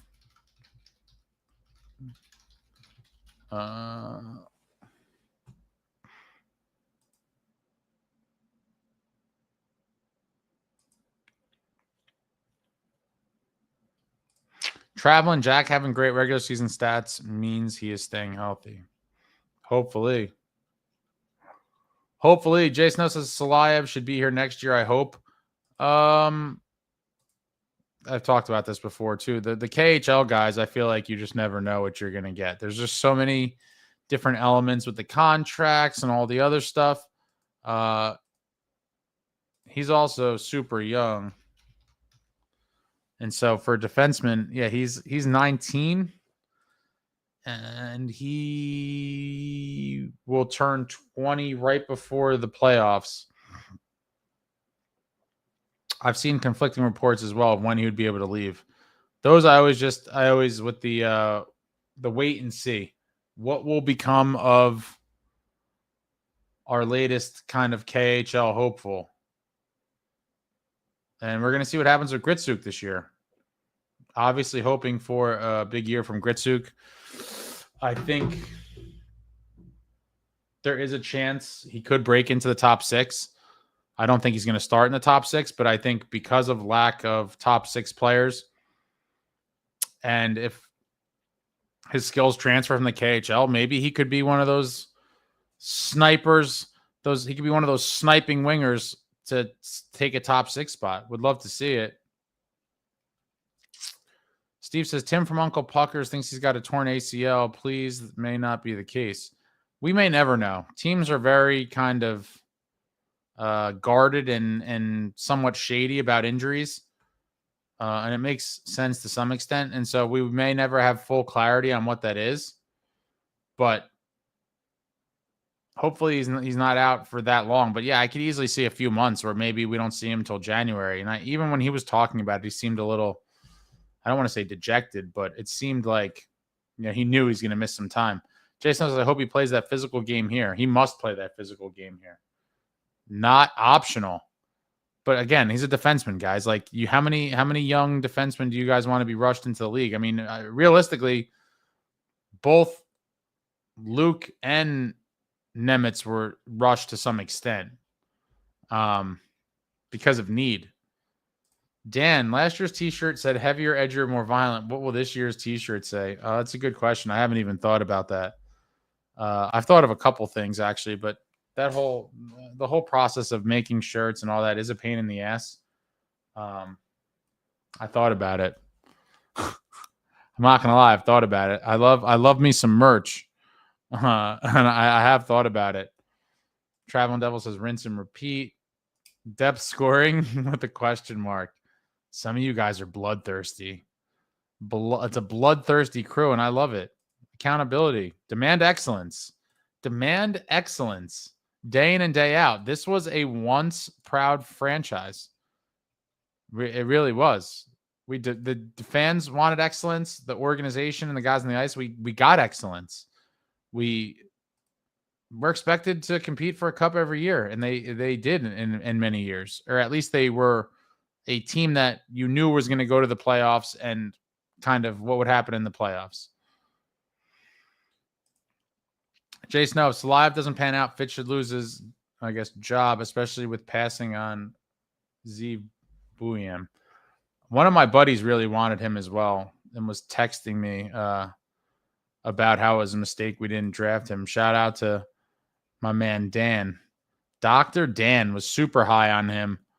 He watched some of him in college. I saw some clips. It's just, I feel like with a lot of these young kids, there is a gamble element on almost anybody. Like who's going to be the better pro and blah, blah, blah. And it's hard to tell. But he looks like he's going to be a very good player in this league as well. Salayev is just a monster of a man. I love monster defensemen, especially physical ones. His skating is very good. And maybe he is a massive impact player in his first few seasons in the league. But it's hard for me to get excited about Salayev. Snow, do you know why, Jay Snow? Do you know why I cannot get that excited about Salayev? Is because this team needs to win now. Win now, not then. The future is bright stuff. While I believe the future is bright, the now needs to be bright. This group needs to push for a cup. And I eventually I will be excited for the Yegorov, Salayev era. And Gritsuk. It's a whole contingency of young Russians hoping to lead this team to a cup. But that's not now, and that's not probably for realistically a very long time in terms of expecting them to be a team that goes on like cup runs. But Yegorov, Salayev, Gritsuk, that could be a nice, 2033-ish, 2034 couple key pieces on a team.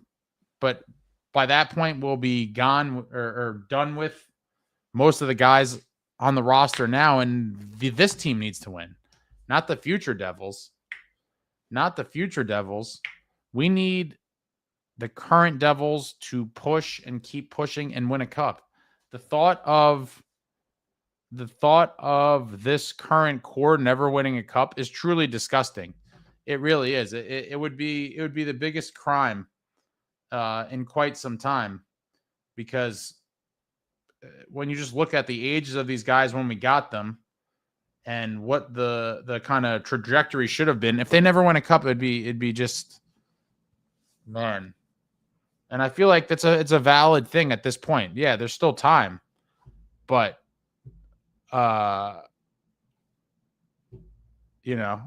careers go quick, guys. And again, I don't like to beat the dead horse, but win now. It's got to be win now.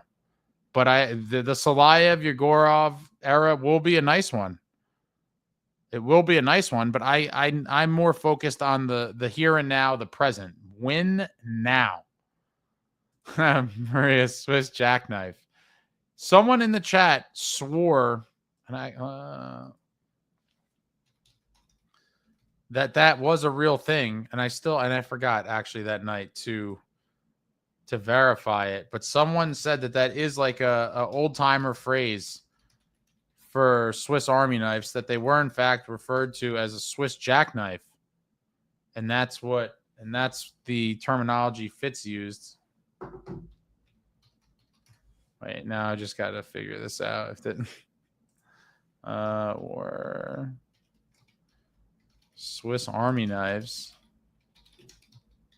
also referred to as Swiss jackknives.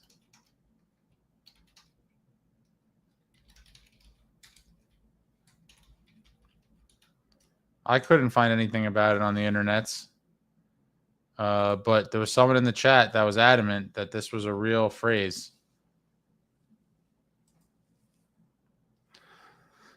Swiss Army knives, Swiss jackknives.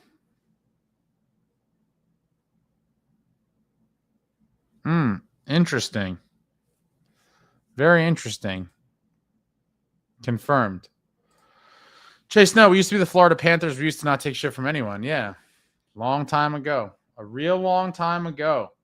And even last year, to start the season, the Devils were heavier, edgier, more violent. We saw it. Fisticuffs, scrums away from the puck. A little that, the rough stuff was out there. Heavier, edgier, more violent was on display, and the team was more engaged and they were playing better. Would love to see a return to that. Just a little more chippiness in the Devils game, because they could certainly use it. And again, the whole world saw what the playoffs is about. And it's not all just finesse and skill, which is great to have, but you need the dogs. You need the dogs. Jason Zeeves in the NHL this year and Slive could never come to the NHL. It's risky taking KHL guys. Yeah. Super risky. You never know. I certainly have PTSD after Kovalchuk leaving to return to his homeland. That will probably have me scarred in this regard, probably for the rest of my life. That was just a catastrophic kind of shock to the system for a lot of Devils fans when he retired and went to the KHL. And with the political climate on top of all of this and the money and the incentive they get to stay there, it is a whole lot, and you never know what these guys are going to do. But hopefully, Salayev continues to develop, gets a little even heavier, a little edgier, and a little more violent, and we see him just be a complete menace as a New Jersey Devil and just out for blood. Would love to see the next generation of that here. Snow, hi Ace, loved the live last night. Thank you. Felt like the trio just worked. Hopefully we can get it again. Yeah, I'm going to try to regularly just have special guests on, because it changes it up a little bit. And quite frankly, while it has some challenges, like sometimes I get bored and I'm like, well, I'm out of things to talk about, kind of, at least on my own. When you kind of get the back and forth with somebody or a couple people, it makes it at least a little more interesting for me. And it seems like you guys like the guests as well. And so I will definitely try to have guests on somewhat more regularly going forward. No, Luke, I absolutely did not go all night. Zero chance. I don't remember what time I stopped last night, but I'm just testing out a kind of morning call-in show. Although people, I guess, maybe it involves boozing and late night. The last time I did a call-in show at night, people were going nuts and there was tons of calls. I thought this could be an opportunity for like kind of like old school sports talk radio meets modern day technology here, where people on the way to work or maybe, getting ready in the morning, shipping their kids out or doing whatever the hell they're doing, could call in and talk about the Devils. That was kind of the idea of the morning thing. I'm typically not like a super morning person. I'm more of a night owl. But thought I'd give this a go, because a lot of people do wake up early and travel for work. And so a lot of the times the lives that I do traditionally are at night, and sometimes, people are sleeping and yada, yada. So I thought I'd just switch it up a little bit and try a morning show and see, if that's something people would be interested in. Jason, awesome. We'll have to cut back to New Jersey close to 2035. Yeah. I mean, listen, I won't complain if we win one in the Yegorov Salayev era, but try to win one now, because when Yegorov and Salayev are in their primes, you're talking about, like probably towards the very end of the careers of our core. Maybe not Jack, but like at that point, Bratter and Nico and Timo are all going to be 35 plus. And so, they're kind of like the next wave of Devils. There will certainly be some overlap. But in terms of those guys being the kind of backbones of the team, I think is pretty far away. Maria, we should all agree on the same retirement homes so we can watch them when they come together. I hope it's not that long, Maria. Please. I want one in the next. I mean, someone brought this up recently. I forget who, and it may have been on X. But really, it has to be like the Jack contract is 5 more years. Like, you must try everything you can to win every year till the end of that deal. Not only because there's no certainties beyond that, but when you have Jack locked up at such a team-friendly number, you got to try to capitalize, or else it was all for nothing. It was all for nothing. Jason says, I'm worried Gritsig is going to go back to the K this year. He does have a stipulation. It was revealed in an interview that there is a clause if he doesn't make the NHL roster by, I guess it's a certain date, he has the right to go back to the KHL, which is sort of worrisome in my opinion. And I don't love to hear that. I understand it from his perspective, obviously, if he's, not going to be on the NHL club. It's not ideal to go ride the bus in the A when he could be back in his native country, making good money, probably living like a king. And so I do get from that perspective, it does kind of come off as a little entitled, I guess, for lack of a better term, a little bit of an entitlement kind of thing. But if I was in his shoes and I was able to get that clause, I would probably do the same thing. Like, why would you? Depending, there's so many variables that go into it, but in the end, like, if you want to be an NHL player and you're coming from the KHL, the top pro league in Russia, that is a tough adjustment or a tough pill to swallow to live the AHL life for an extended period of time. Maybe not, a couple of weeks, maybe even a month or two, but long term, coming from the K, not ideal. But hopefully this is a whole non-issue in that he's a great player. He's on the Devils. No one has any desire to send him to Utica, and that's it. It would be a beautiful story. What's going on, Luke? Praise Covey and Clarkson gone in less than 24 months and biting in return. Maybe that was nothing. I think it was supposed to be nothing in return. But Clarkey, loved Clarkey. The Maple Leafs paid him crazy money, and good for Clarkey. 30 goal scorer, and a lot of that I think was a product of Kovalchuk in the power play. Clarkey was getting some dirty goals, some dirty points. Yeah, I would love a guy like Clarkey on this team now. Yeah, what a season in 11-12 before the playoffs. 30 goals and 16 assists for 46 points. Good for Clarkey. Snow said he's only willing to be sent down for 2 months. If he struggles, he's out. Yeah, he's got the out. Chuckles. I hope Gritsuk can at least be a complimentary scrapper who could play with Hughes and Bratt. At some point, one of these draft picks has to pan out. Yeah, you're right. I mean, a lot of the drafting in recent times has not been stellar.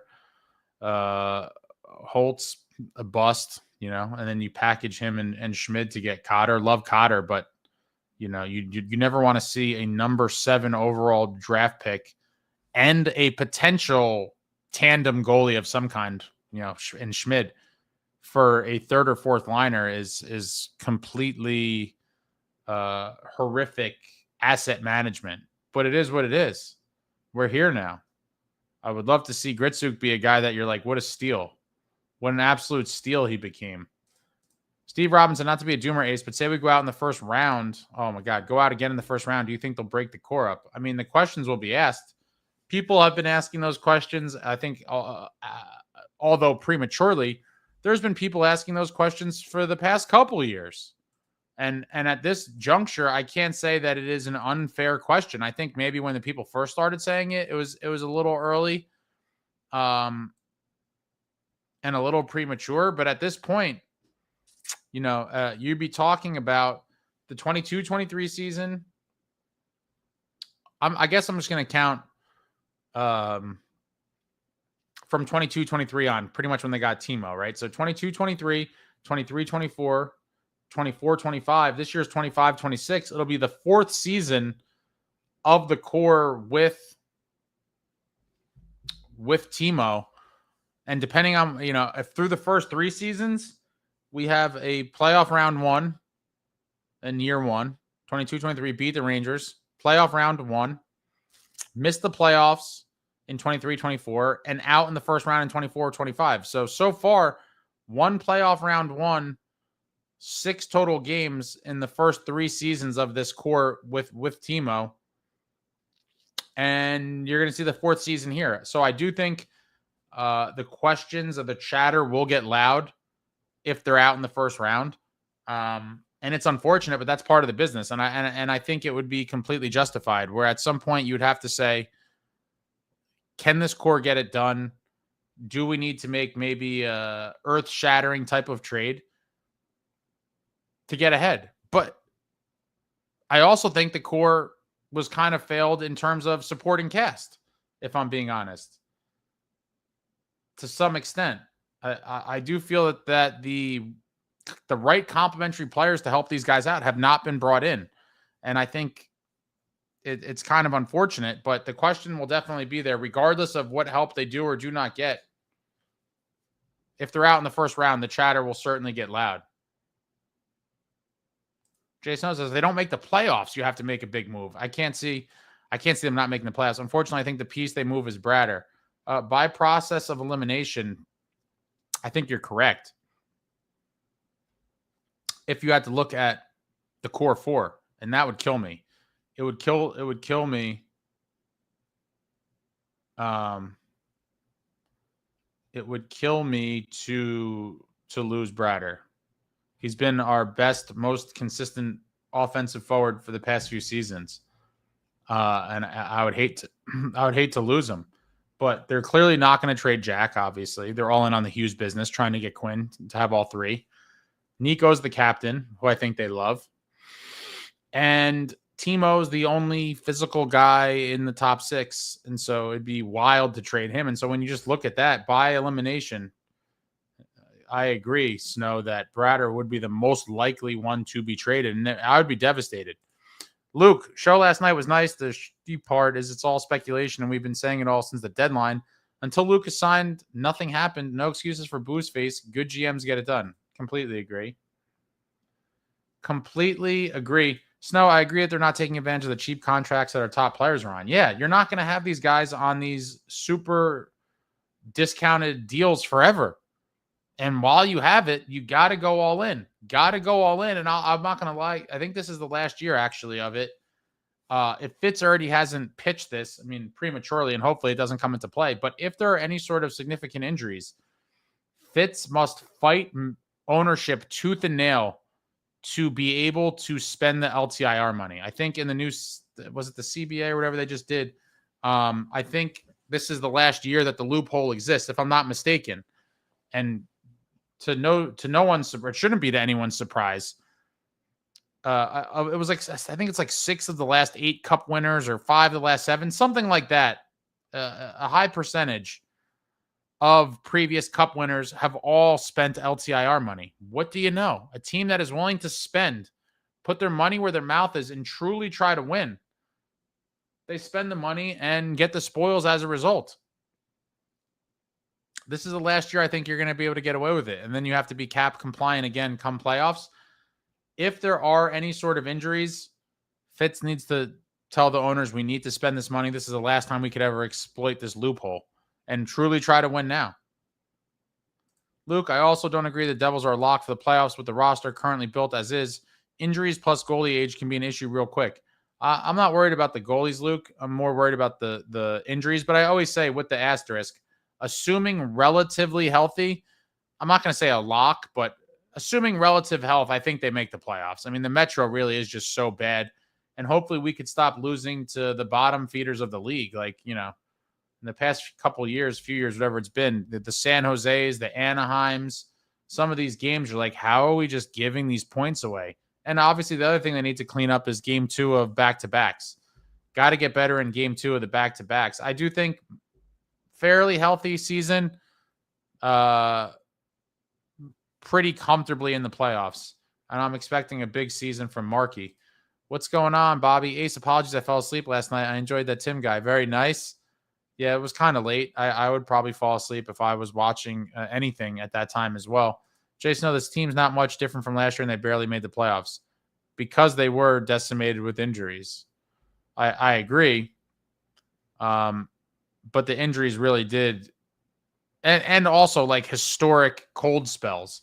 Like there was a stretch where Timo couldn't buy a goal. The guy was hitting posts, goalies making crazy saves.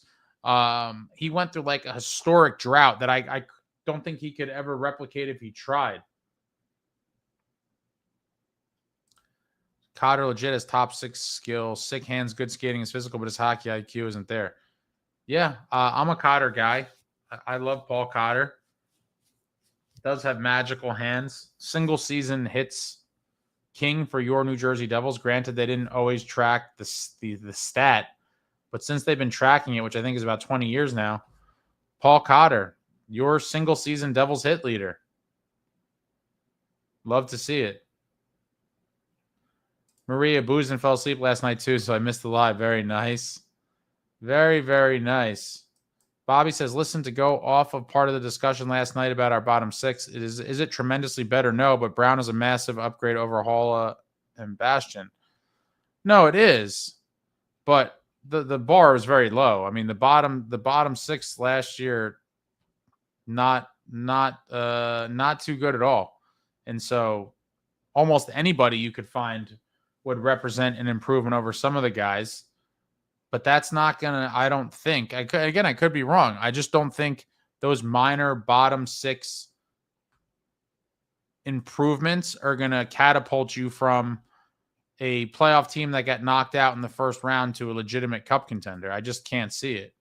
I think we need that at least a top 6 guy to really lighten the load on the rest of the core. Snow, maybe get a clock in the new studio so everyone rewatching it can see the crazy times you're streaming. Hope Fitz and the boys put in this much work in the offseason. Hope it's not just you and Prater. No, I appreciate that. I'm still trying to figure out the studio. I've talked about it before. I'm not even sure. There's other ways I could. I might change my desk. I might change. There's a bunch of stuff I might change, and so I'm just kind of really feeling this out before I do more permanent stuff. I'd be curious if anyone. I would like to do maybe like a private live, so I don't bore the generic public, but like some sort of kind of survey-ish kind of thing where I could pick people's brains about what you guys like and don't like in a variety of things. And your thoughts on that.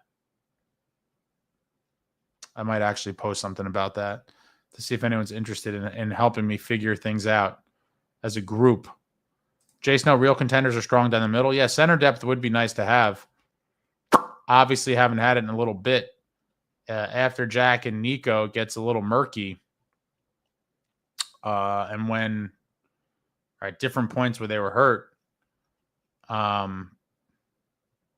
not great. And especially face-offs, right? Like poor Nico. The guy's out there for every big face-off. He's taking some physical poundings, getting tough assignments. It's not easy being the captain. It's definitely not easy being the captain. He's a warrior. I love Nico, and I hope he is a lifelong Devil, and I hope I see Gary Bettman call him over to the little table. The little table with the Stanley Cup covering on it, the little blanket they have, to give Nico the Stanley Cup would be, man, I would love to see it. I would absolutely love to see it. And it shouldn't have to be a dream, guys. It should not have to be a dream. It should be the realistic goal.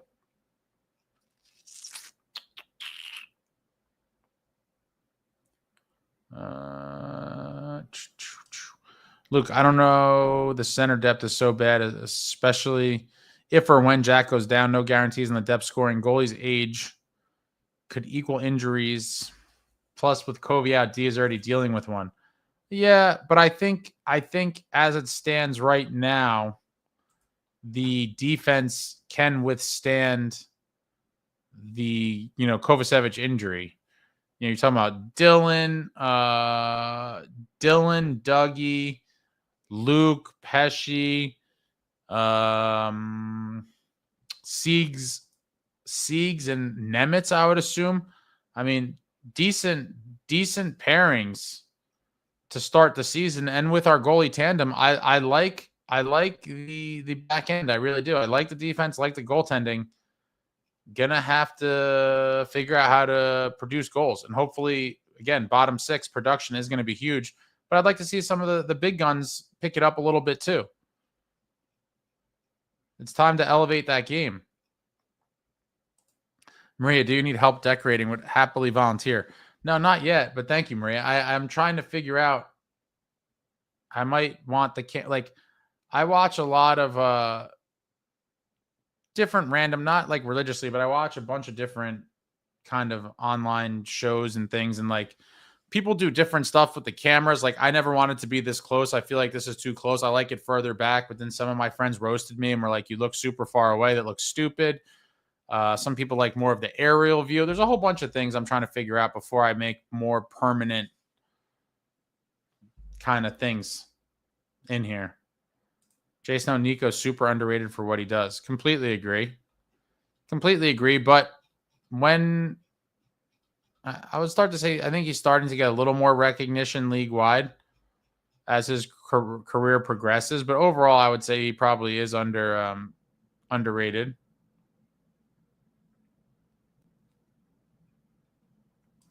Also, we know that Fitzgerald is great at making increasing moves to deal with issues. You guys are bloodthirsty. Jason O'Jackson center, but he sucks at draws. Yeah, well, I think a lot of that probably has to do with the shoulder stuff. Bobby, if Mercer can get back to the 50-60 point range, and if Gritsu can manage 30 to 35 points, our bottom six will be okay. I think that would make our bottom six phenomenal. You're talking about Mercer getting back to that 22, 23 level. Would be great. And yeah, Gritsuk anywhere 30, 40 points, that'd be phenomenal as well. And if he plays well, I do think he has the chance to see some top six minutes. Who knows? Maybe he somehow gets onto the power play. Like that's why he is my wild card guy for the season, because we don't really know what we're gonna get.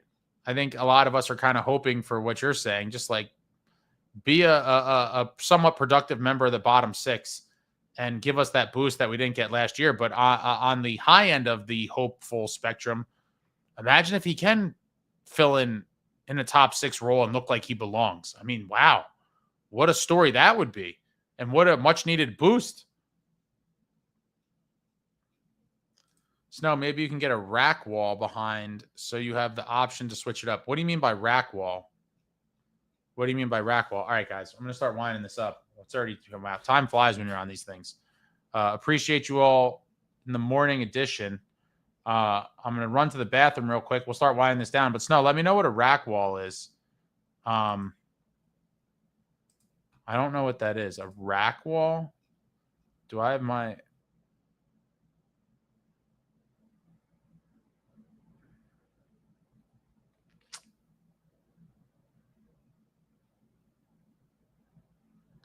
A rack wall. Well, there it is.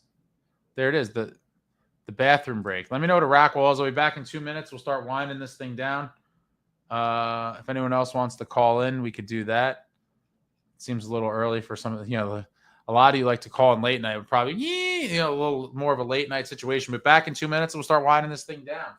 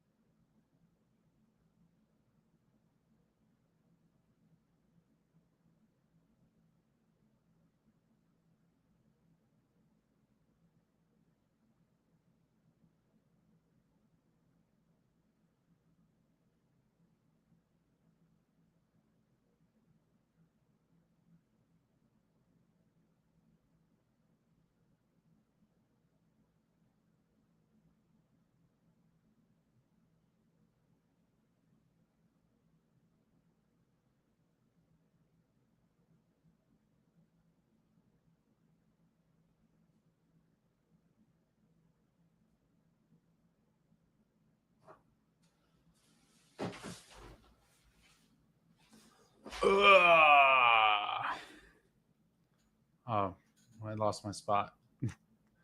Yeah,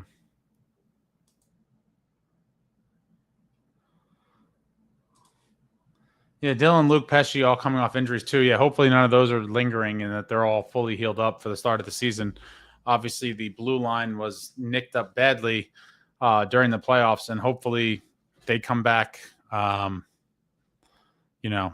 fully fresh, fully healthy. That'll be a big part of the season for sure. And it's the forwards as well. If we can stay healthy, but it's just like, it just feels like there's a black cloud, man. It really feels like there's just an injury cloud just looming over the team. And hopefully this is the year that we break away from that. And then we're not talking about injuries anymore. Bobby says, I'm a firm believer and I'll die on the sword. Cotter needs to be on the peanut butter and jelly line. He's fast and his hands are filthy. Yeah, I think some of it maybe comes back to what someone else, I think Snow said a couple minutes ago, is maybe the hockey IQ. You could have speed and good hands, which obviously Cotter does. He's a shootout magician and very good.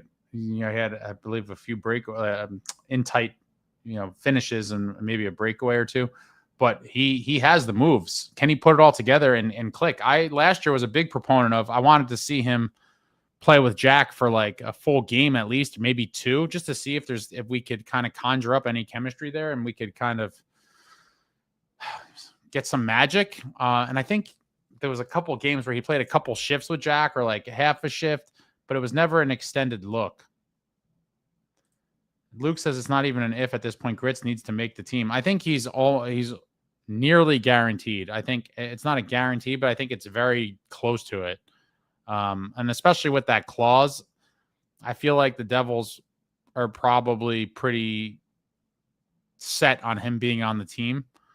And we're going to see. And that's why, like I said earlier today, this preseason is one of the bigger ones for me in a while, because there are a couple guys that you're like, what do we have here? And training camp and preseason is going to give us a sneak peek of what are some of these guys made of. Even a guy like LaChance, I think he has a chance. LaChance has a chance to steal a spot. I think he brings some elements that not a lot of the other guys can. I'm rooting for LaChance. Saw a lot of him at BU because I was following Coach Jay Pandolfo's club pretty closely, because obviously I have a very, very vested interest in Big Mike Yegorov, the future of the goaltending for your New Jersey Devils. Yes, Snow says Cotter's hockey IQ isn't good enough to be on that line. We'll see. I'd like to see him at least get a look. Plot top six, that's all we need to know. I called one to voicemail. Call again. Did you do it when I was going to the bathroom? The phone's off. It shouldn't be. Hold on, let me.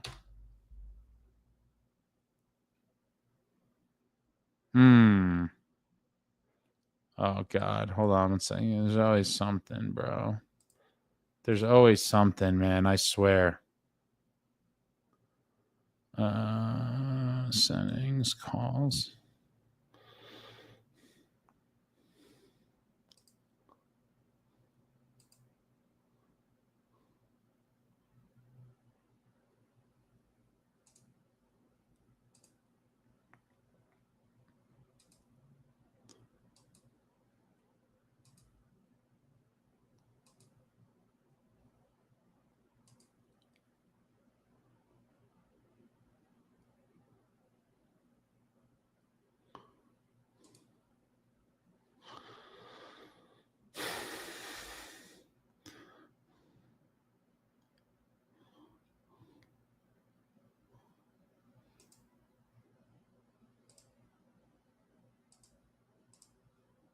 Should be good.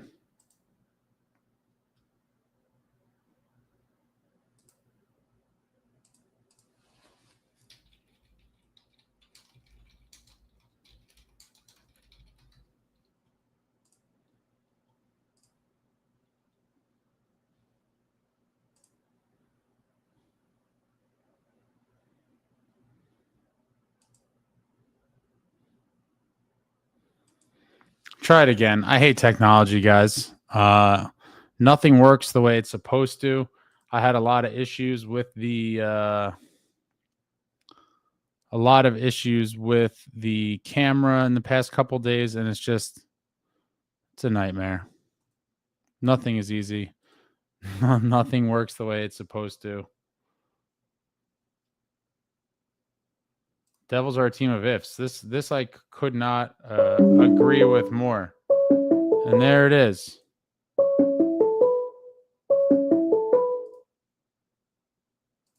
Call from Luke. And there he is. What's up, Luke? Can you hear me? I hear you. You got a lot of background noise. Yeah, sorry. I'm on my way into the city. How you doing? I'm trying to call you, and I was wasting time in the train station. Yeah, here you go. You hear me? Yeah.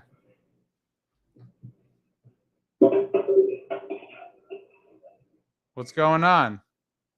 Yeah, sorry, I turned off the show. I just wanted to call him quick before I get into work. I was working late last night. Love your show. Had on the office in the background. I don't want to be a doomer, but I mean, this guy, I'm just waiting to see. If this guy gives Luke Hughes a 4 or 5 year bridge deal, I've lost all confidence. Because then we have to worry about the 2 Hughes brothers leaving.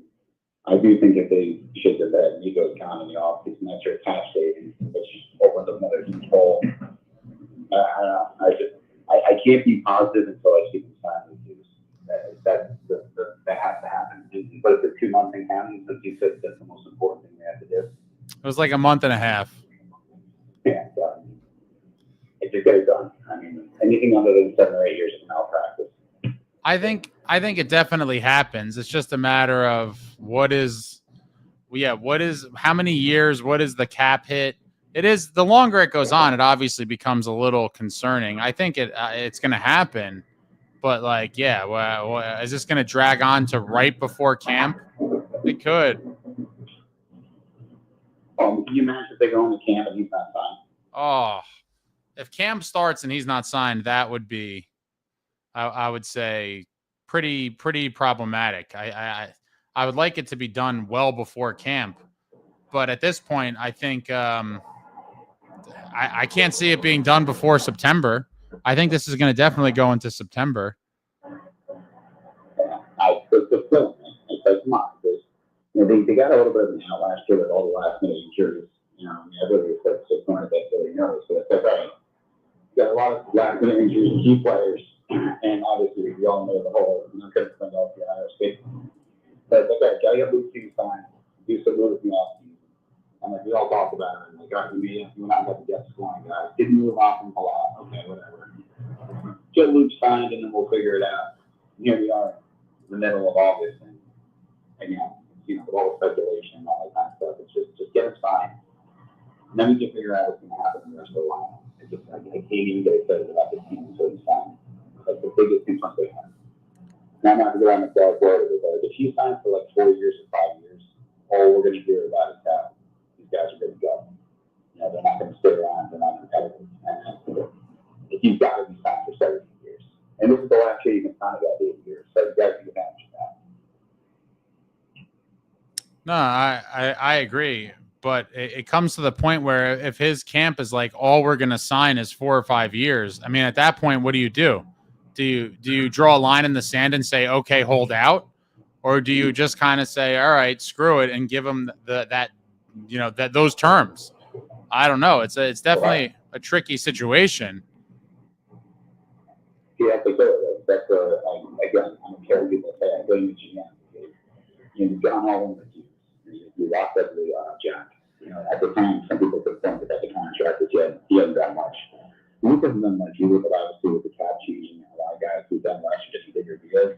I think, Luke Hughes gets 7 or 8 years and $9 million, and then it goes up a little bit. The cap goes up. However, we have to figure it out and get your guys signed. We can't get their guys signed. You'll hear stories about teams where guys like hate the GM. The guys signed the deal. Like Larkin in Detroit. Everyone's like, Larkin's leaving. Larkin's locked up.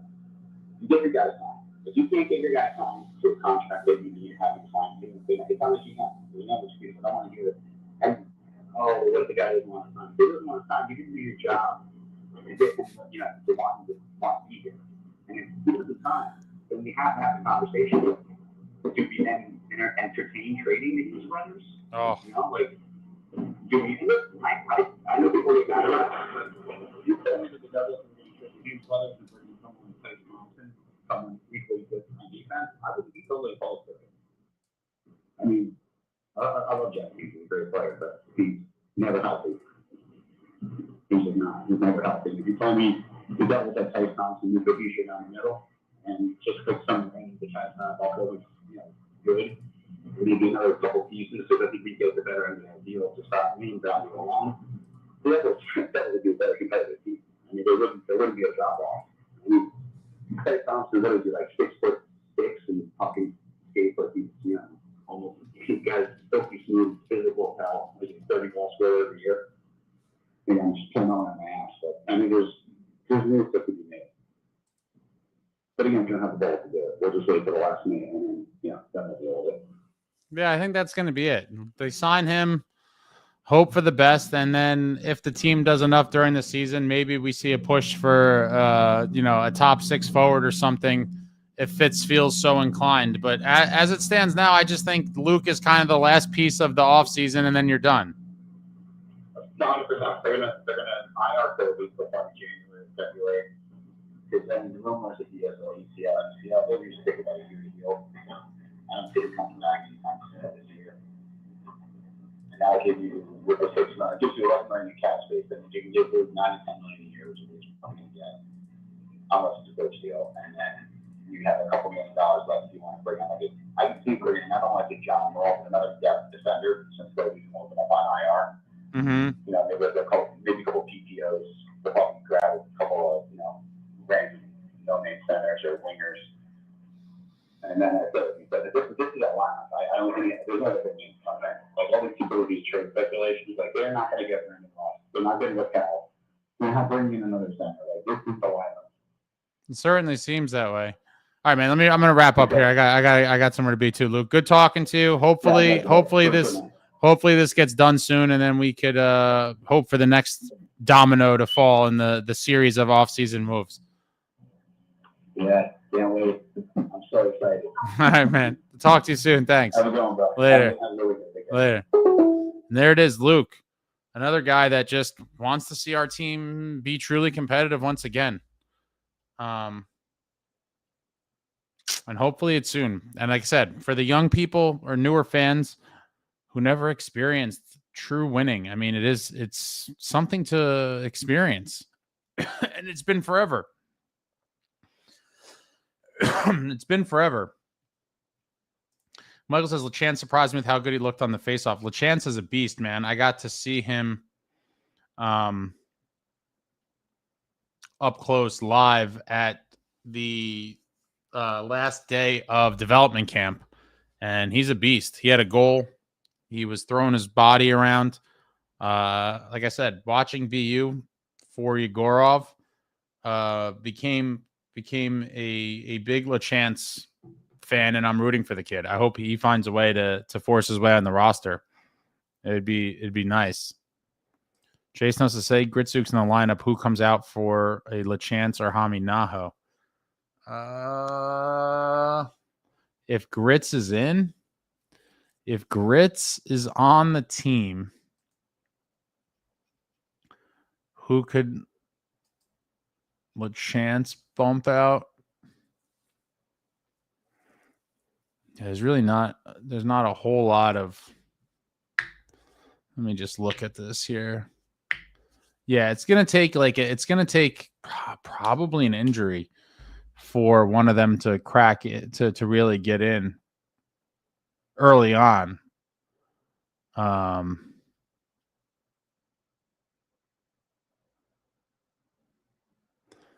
Yeah, with Brown and Dodonov there, and Glass was re-signed. It's going to be tight. On paper, I would say that they're on the outside looking in, but who knows? Maybe I just can't see it. I think Gritsu's he's gonna have to be on the opening day roster. They're gonna have to just see what they have and kind of give them the sink or swim situation. What's going on, Amagi? Jason, no, don't worry. Fitz was giving Luke's agent the 4th of July weekend. Oh, man. Yeah. We're going to just have the nice weekend off and then get back to it. You're talking about a month and a half ago. Alex is playing this on silent on my phone with auto-transcribed online take work calls. Very nice. Talk about multitasking. Snow says by rack while I'm at a pegboard. I don't know about a pegboard. I know how I feel about that. I was thinking about, one of the ideas was like a bunch of sticks, like a huge stick wall. One of the ideas was like a bookcase-ish type of situation where I could just swap stuff in and out easy. I could also rotate photos, I suppose. Luke says over/under on games McDermott plays. Oh boy, it's going to be way lower than I would like to put out there. I'm going to say over/under on games McDermott plays. Oh man. He played a good amount early on last year, and then it basically tapered off to nothing. He played 23. Man, for McDermott this year, it might be like 8.5. 8.5 games. I might set the line at, Luke, which is sad. I could see it being far less than that too. But if I had to make a line, I'm going to probably go 8.5 or 9.5. I don't think I've ever disliked the GM of any team more in my life. No, I get it. I mean, there was a lot to be optimistic for after that 22-23 season. And it just kind of, for me, has been just steps backwards. Look, even with Lou at the end, at least he has that body of work. You know he's trying to win. For sure. And I've said this forever. And people are like, oh, at the end, Lou, this and that. I said, yeah, what? At the end, after we already had won 3 cups, I'll live with some bad contracts and bad trades. After this man delivered 3 Stanley Cups, you've earned that right. You have earned the clout and whatever else you want to call it to be able to have some missteps, because I believe in what your vision is, even if it sounds crazy. You know, the Ryan Close and Michael Ryders of the world maybe didn't quite pan out. But after you deliver 3 cups, I'm willing to take the ride. When you win 3 cups, I'm not questioning shit. Was it the prettiest ending for Lou? Absolutely not. But like I've said 5 million times, 3 cups. You can't argue with the track record.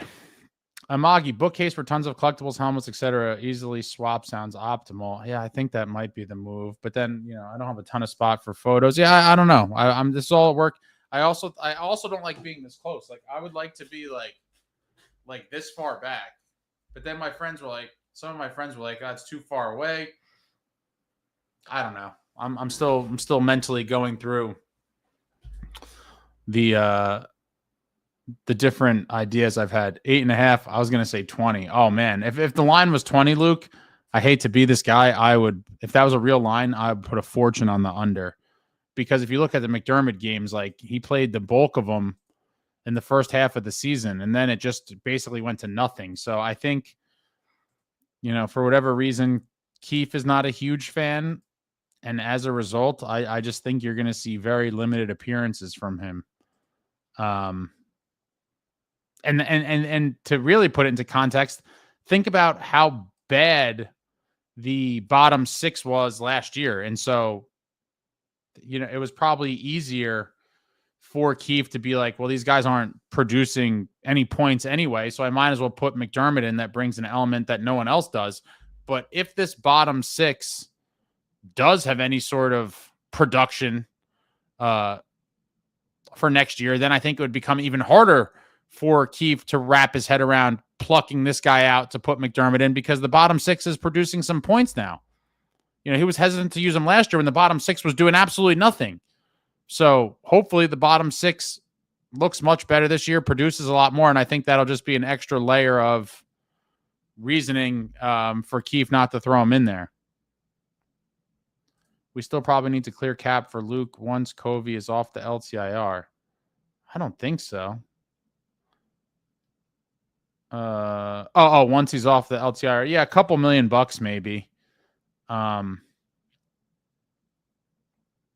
What do they have? Like a little under 6 million right now? I think they have a little under 6. Yeah, 6.1. So even if he signs for 8.5, 2.4. Gonna have to shed some money somehow. You could do there's little maneuvers you could do to free up that money, I think. Luke's trying to line up his contract with Jack. If Fitz allows that, that is a grave mistake. To allow the Hughes brothers to hit free agency at the same time is wild. All right, guys, that's it. I got stuff to do. Appreciate you all for joining. The summer rolls on. Pretty boring offseason overall. It is what it is. We are rapidly approaching training camp. I'm pumped for that. I am pumped for preseason. I am pumped for a fresh slate for our beloved New Jersey Devils to hopefully try to get it done. Get it done. Win now. I'll be back soon. I got a lot of stuff in the works. I'm hopefully going to get this stupid studio finished. And that's it. That is it. I'll be back soon. Thank you all for watching. I love you all. Like, comment, subscribe, and all that jazz. Until next time, friends, let's go Devils.